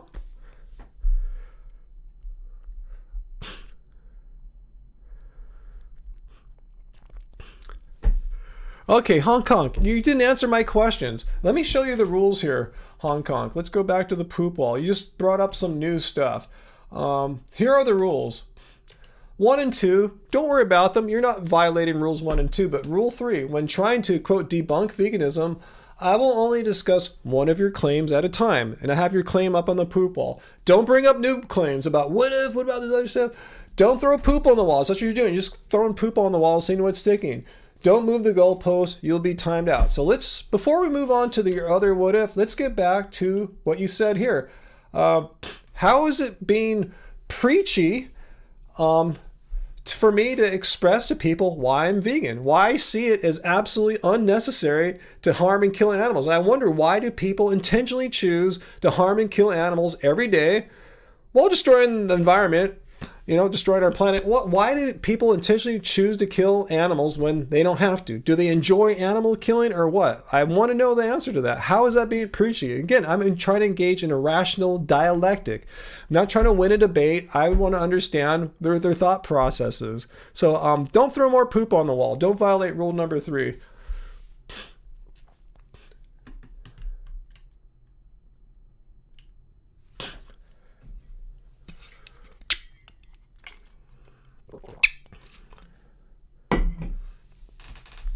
What's that, David? You can't have a philosophy or belief system that's screamed as factual, though? What do you mean? Isn't that a rabid religion? What are you talking about there, David? I'm not sure what you mean. Factual? What is factual? I'm just asking a question. Why would someone intentionally want to choose a lifestyle that necessitates animals needlessly being killed every day, every meal, every day, animals being killed and exploited, when they could choose a lifestyle which does not necessitate animals being killed? How is that religion? That's just a question. It's an honest, sincere question I can ask people and see their thought processes. I don't see how I'm being religious about that. What part is religious? Religion often means dogma, like facts that cannot be questioned. I'm not saying anything like that's a proposition that could be true or false, like Mount Everest is the tallest mountain on the planet, or something like that. I mean, that could be true or false. I'm just saying, why choose to kill animals needlessly when you don't have to? I don't see anything religious about that.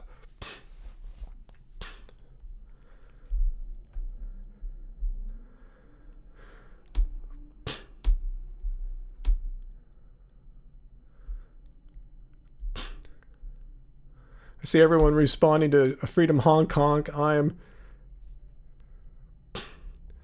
Freedom Hong Kong. It's preachy because you are telling the way they live their lives are wrong and they must change to fit my... I don't have a narrative. I'm just asking, why do...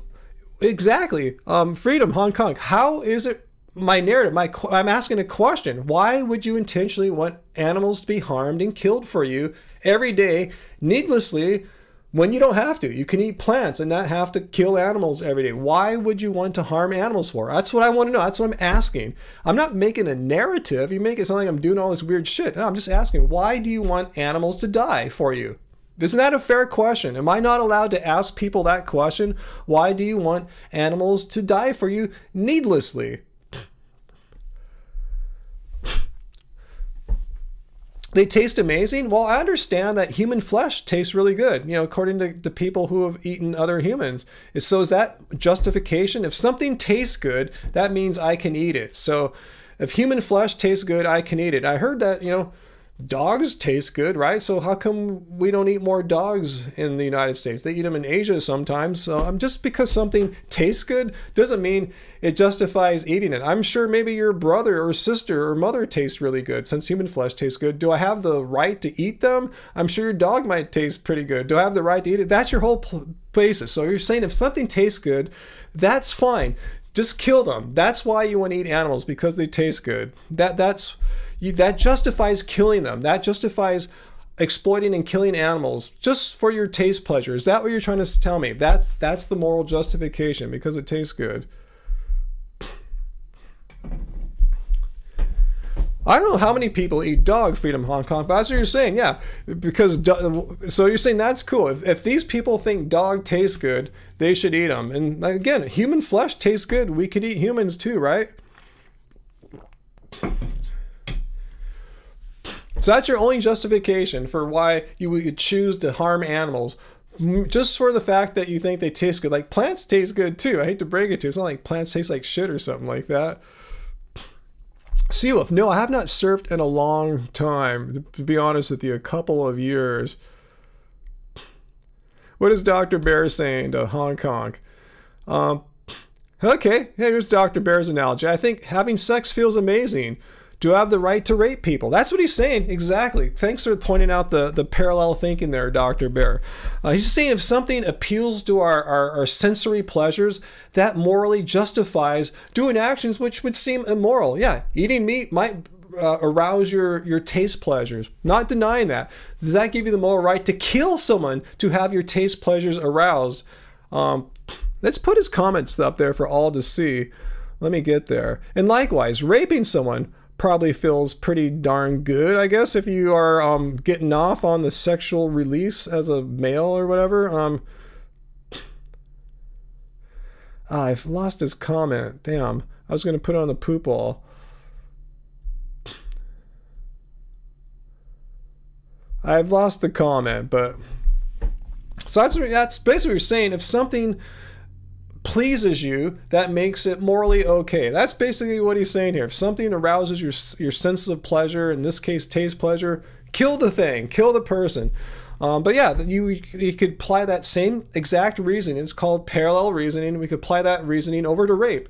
Feels good to rape someone. It makes pleasure for you. Therefore, it's morally right to violate a person's body, their rights, their autonomy, just so you can obtain pleasure from the act of exploiting another person. Same logic. Matthew Kim. I think Matthew Kim, Jordan, got bummed. I think he got tired with fighting all you guys in the comments, and I think he just split. He might have got banned too. I'm not sure, but I know you guys are giving Matthew Kim a hard time, so I don't think we're going to be seeing Matthew Kim come back anymore anytime soon. And good point, Jesse 12 string. Yeah, one reason why meat tastes good is because people spice their meat with vegetable plant spices to season it with. Yes, Leah.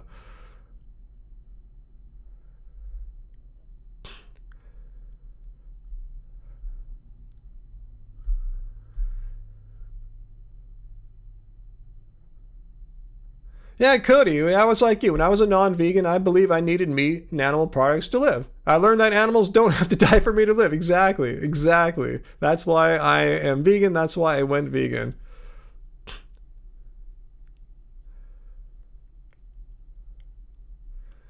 Well, we may have lost, what's his name? Freedom Hong Kong. We might have lost Freedom Hong Kong here. Yeah, I'm not trying to make you look bad or silly, but I'm just telling you how that taste pleasure argument, that does, how does that morally justify exploiting, harming, and ultimately killing a sentient being who didn't want to die? It didn't want to say, hey, Freedom Hong Kong is so rad. I want to surrender my life over to him or her so he or she can consume my flesh and blah, blah, blah,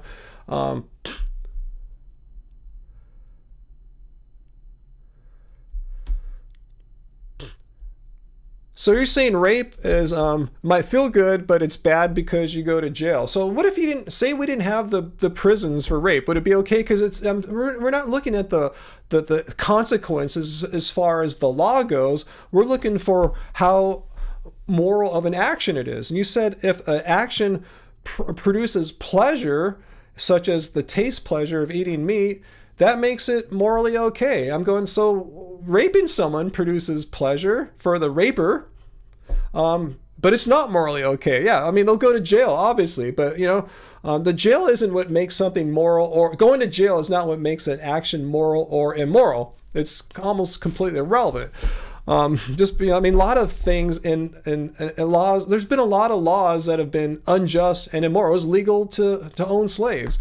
It was illegal for people of mixed race to get married and produce children. When I was born, there were some states that had it on the books where I couldn't be born. It would be illegal for my parents to get married and produce kids in the United States, guys. So just because something is legal or illegal has no bearing on the morality of an issue. Just pointing it out. Just because you go to jail for raping someone and you don't go to jail for eating meat, that doesn't mean crap. It doesn't mean anything. It's irrelevant.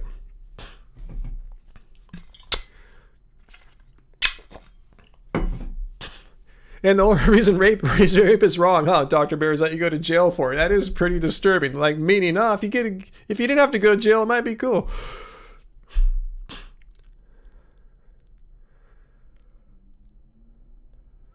That Han Solo's cousin, yeah, being vegan means being kind. If you don't want something happening to you, don't do it to others. Don't be a hypocrite and be vegan.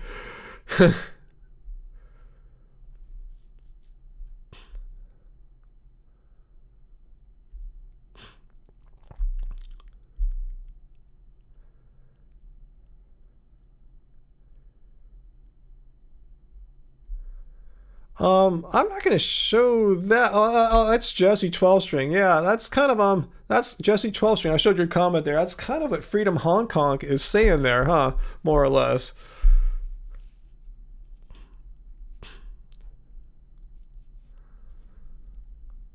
Eagles and cycling. Yeah, you're one of those annoying preachy vegans, huh? You're vegan and you feel you have no right to tell people not to consume animals. Yeah, not every vegan's like, you know, yelling in people's faces, telling them that they're a-holes and stuff like that. What's that, David? Sure. C, if you admit veganism is a belief system, I don't know if it's a belief system other than vegans agree that it's morally wrong to harm animals, exploit animals. Is that a belief system? It's like, is it like, say I believe it's wrong to murder humans. Is that a belief system? If I believe it's wrong to rape humans, is that a belief system? I don't know. I mean, maybe a little bit. Veganism is a belief system. It's just the same thing. I believe it's wrong to rape humans. I believe it's wrong to exploit and harm and murder animals. Is that a belief system? And you tell someone something is fact, necessary for it is. I mean, it is a fact, David. You don't have to be a vegan. I mean, is it a true fact about the universe that human beings don't need to eat meat? It's needless. This is not belief. That's not dogma or propaganda. It's a true fact about reality. I mean, how is that not true? I'm saying it's a true fact about reality. We don't need to consume animal products. So therefore, it is unnecessary. I mean, that is a true fact. I mean, again, it's not my opinion. First of all, I'd be dead if that were not true. Secondly, you have health organizations around the world saying the same thing, that appropriately planned vegan diets are nutritionally adequate. So it's not a belief. It's a true fact. Just like Mount Everest is the tallest mountain on the planet Earth. I mean, these are just true facts about reality. Los Angeles is located in California, a true fact about reality. I'm married, a true fact about reality. You don't need to consume meat or animal products to live, a true fact about reality. These are not belief systems. These are not like things you take on faith. These are true facts.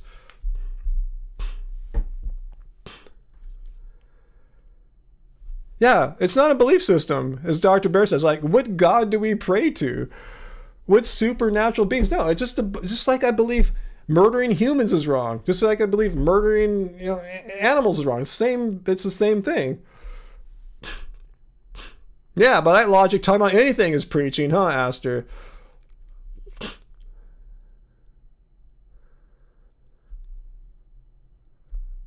Yeah, David, please tell me how I'm going off on a belief system. I'm speaking true facts about reality. True facts about reality.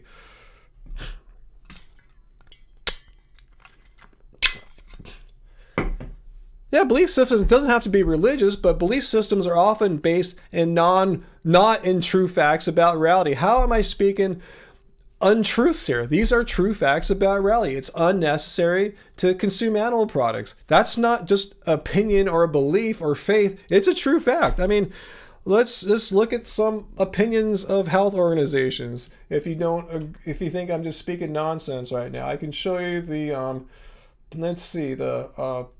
Physician Academy of Nutrition Dietetics. Their position that vegan diets are nutritionally adequate for all people in all stages of life. On my Twitter, I had an image I wanted to share with you guys. Crap, I don't got it right now. Oh, I can show it to you here.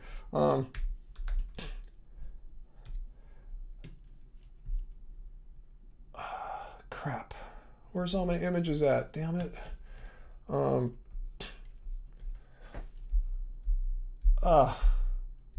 Crap, this is what I get for not being signed in on this browser.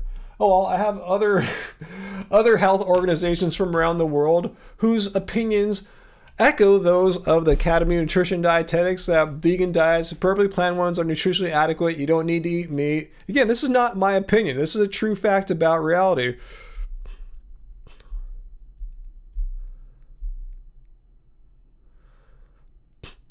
I have an evidence-based, it's not a belief system. Veganism is a moral stance. Just like I believe it's wrong to murder humans. How is that scientific or evidence-based? It's a moral stance. I believe it's wrong to rape humans. I believe it's wrong to murder and rape animals. However, there is evidence to support, as you know from Dr. Greger, that vegan diets are appropriately planned vegan diets are nutritionally adequate. So that's evidence-based to support that vegan diets are you can do it. You don't need to eat animals. That's what the facts say. You don't need to eat animals. I'm peachy, not preachy, huh? If someone tells me they disagree, no, I tell people to disagree with me. I don't want you guys to all agree with me. I'm not a narcissist. I'm not conceited. I'm not a dick or anything like that. However, if you tell me something that's false, I will tell you why I believe it's false, and I'll make it very clear why I believe it's false. Maybe you find my logic to be kind of forceful or something like that, but no, people can disagree with me. I'm totally cool with that. I don't expect us to be a homogenous group all thinking and believing the same things, but I do take offense when I hear misinformation and things that are false. And like saying veganism is a belief system, no. It's not a belief system. It's just having the same moral beliefs that you have about people and having them about animals. And there's science saying that you don't need to eat animals. That's a true fact about reality. You don't need to eat animals. This is not a belief system. It's not faith. It's a true fact about reality. You can disagree with that all you want, David, if you think I'm wrong, but you're wrong. It's wrong. You don't need to consume animals. It's not necessary.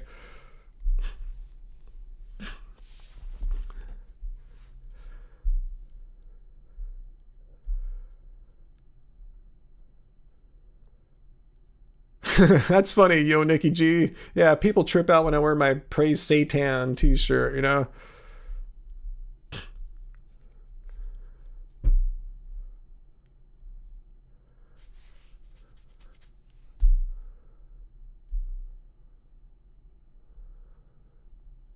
I mean, David, if you will tell me that there's something wrong with what I'm saying here factually, let me know, let me know. We'll discuss it. Okay, what's that, David? There'll always be someone that disagrees with veganism. Of course, yeah, for sure.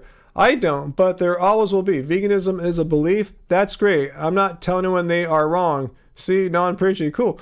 I don't know where you're getting that I'm telling people they're wrong. I'm just asking them why, since it's a known fact that we don't need to eat animals and their secretions, you don't need to kill animals to be alive and healthy, why kill animals when it's unnecessary? That's my question. I don't think that's being preachy. I think it's a fair question to bring up to someone. Like, why do you continue consuming animal products when now that we know, we may have not known this a long time ago, but now we know you don't need to kill animals, consume animals in order to live.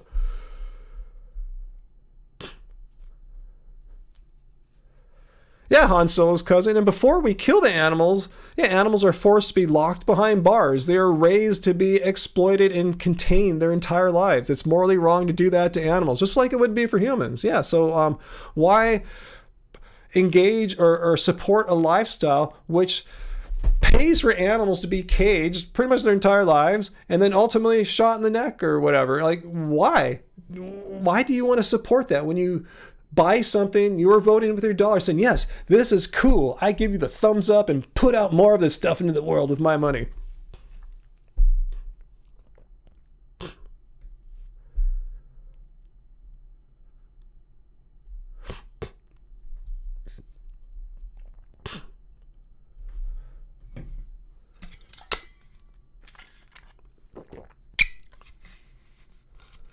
Yeah, I like what Aster's saying here. Why does veganism have to be a belief system? I don't harm animals because I know it's wrong and that they feel pain. Is not being abusive to humans a belief system? Yeah, if you're not, exactly. Being abusive, not being abusive to animals is a belief system, but not abusing humans, no one questions that. No one says, oh, you don't want to harm humans? Do you have some weird belief system? Huh? How is it any different? Yeah, David, I'm cool. Yeah, I like the discussion here. And feel free to call me out if you think I'm like effed on something, if I am like, totally off on something. But I'm just, I still assert it's a true fact about reality. We don't need to consume animals. It's pretty solid fact. I'd be dead right now if that were not true, and you wouldn't have all these position papers from health organizations around the world echoing what I'm saying there, that you don't need to eat animals. What's that, Uncle Walt? If you tell me a lie and I know better than to believe the lie, like we need to eat meat, and challenge it with a fact, that's not preachy. Yeah, it's exactly. That's not being preachy. It's calling out misinformation. Anything rooted in right versus wrong is a belief system. I think you're bringing in concepts that I'm not explicitly calling for. I'm not saying right versus wrong. I'm just asking people, why do you vote with your dollars to have animals exploited, imprisoned, and killed needlessly? That's what I'm asking. Why do you support this unjust, it's not justice, it's just immoral treatment of animals for, when you can eat plants like I do, be healthy and not exploit the animals? That's the question I ask. Anyway, yeah, I'm not trying to do right versus wrong. I'm just asking, why do you engage or support a system which is inherently cruel? Isn't that a fair question? Why do you every day, not just once in a while, but every day, 3 times a day at least, support a system that is inherently cruel to animals, keeps them exploited and kills them? Why?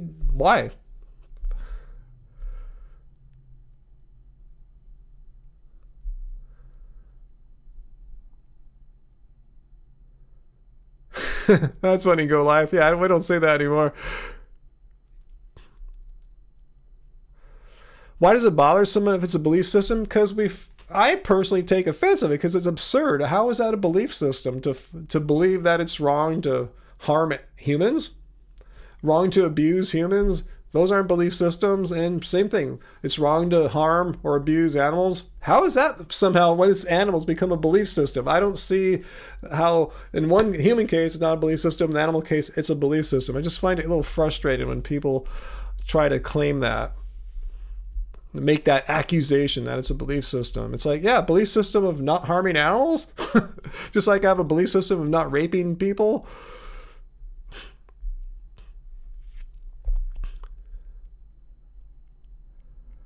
Freedom Hong Kong, I'm sure you do have a new poop cresting, but please refrain. I think we've entertained your poops enough. You're on the poop wall. You made it onto the poop wall. You're there, and you should be proud.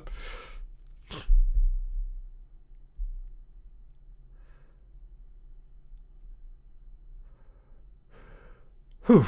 Well, it's getting late. Man, Angie's going to be pissed at me. I got to get going, man. So let's see if we have many more last minute quick questions.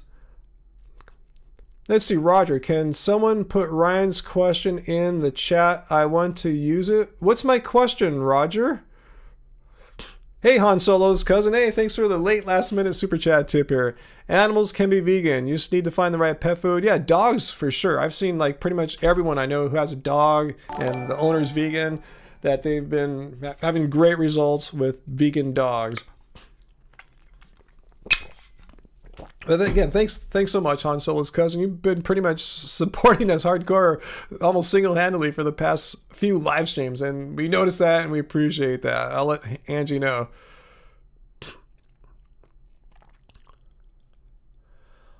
Freedom Hong Kong, I don't know anything about extermination of invasive cats, killing the birds in Australia. I don't know anything about that situation. So for me to give you an opinion on something I literally know zero about would be just be wrong. It, like it's like, hey Ryan, what do we have the opinion of the Super Bowl game? I'm like, I didn't see it. I didn't see a second of it. So for me to give you my review or opinion of the Super Bowl game would just be meaningless, because I don't know shit about it. So yeah, I don't know anything about what you're talking about there.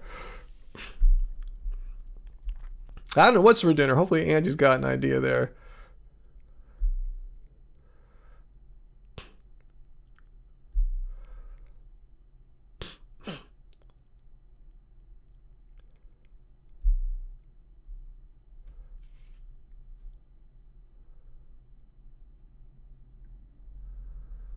Yeah, I see what Dr. Bear is saying, and Dr. Bear is getting to the response to Freedom Hong Kong. Yeah, it's like, again, veganism is about perfection there's going to be some problems sometimes.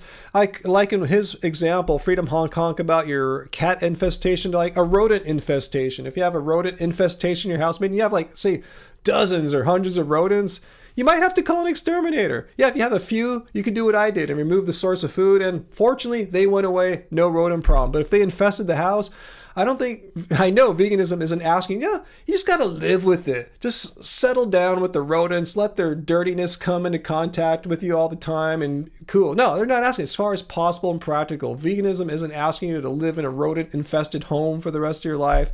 So there are situations where, yeah, you might have to do something that you're not too keen on, but you can't live in a rodent-infested house. Same thing if you have, which is going on in Australia. Maybe you have to do something like that. Again, I have no idea what the details are of this story. But anyway, Jordan, yeah, right. It's a big problem here. Domesticated cats have wiped out a lot of native fauna and often go feral and wreak havoc. See, if that's a problem, there might be some justification there. But that doesn't make veganism null and void. I'm a vegan Chad? What is that, Cody? What's a vegan Chad?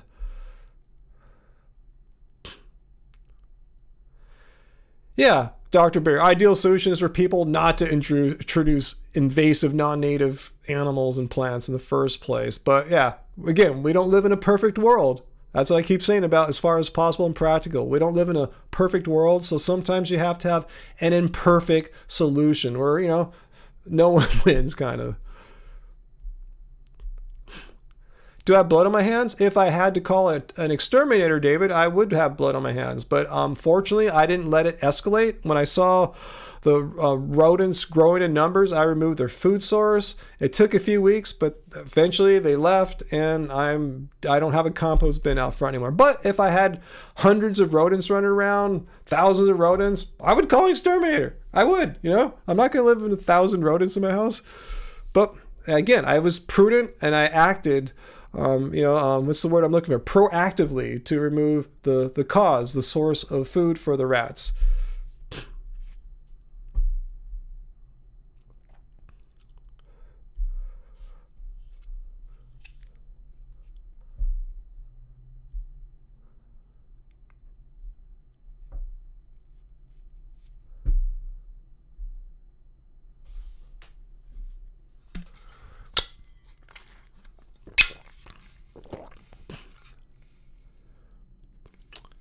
Jordan, you had a big rodent problem? No choice. See, veganism, as far as possible and practicable. You're not forced to live with a giant rat problem in your home. It's unhealthy for you.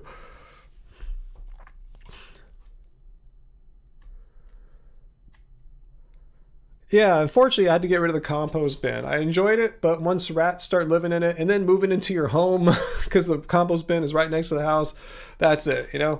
Fortunately, I have another compost bin in the backyard, but we only put yard debris in there, not like food debris.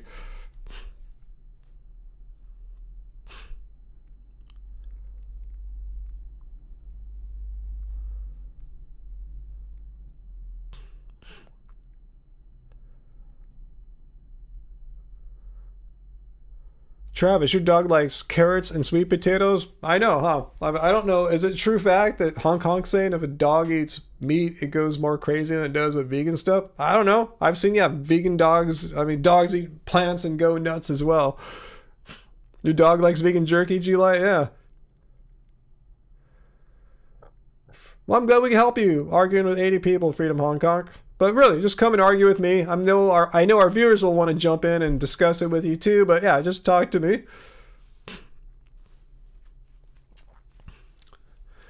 David, is it hypocritical that vegans might need to call an exterminator once in a while? No, it's just an imperfect situation. We live, you know, in an imperfect world. It's an imperfect situation. In a perfect world, our homes wouldn't become infested with rats. But what's the right solution? To live with the rats, David? I'm saying, let's look at the two alternatives, really. Just grin and bear it, right? And let the rats keep growing and multiply out of control.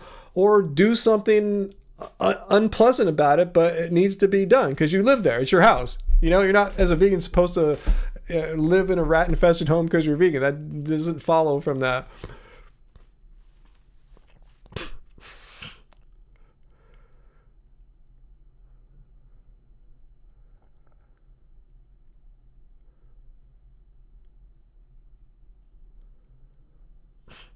Hey, Go Life. Hey, you might want to check out our book, man. I'm Buddhist too, and I eat tons of food.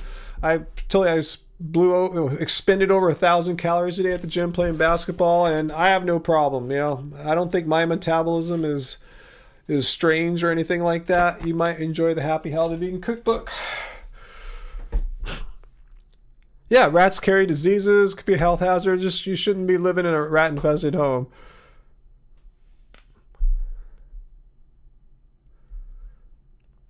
Hey, is that Jamit? Yeah, I'm still here. I'm about to go. You just caught me at the end here. I gotta go. I've been on a long time tonight.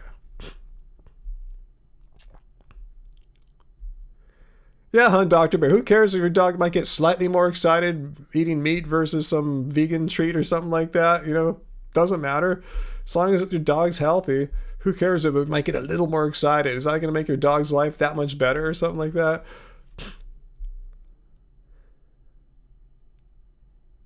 Oh yeah, beehives. Yeah. See? That's what you got to do. You don't want to do it, but you got to do it. You can't live with bees flying in your house all day.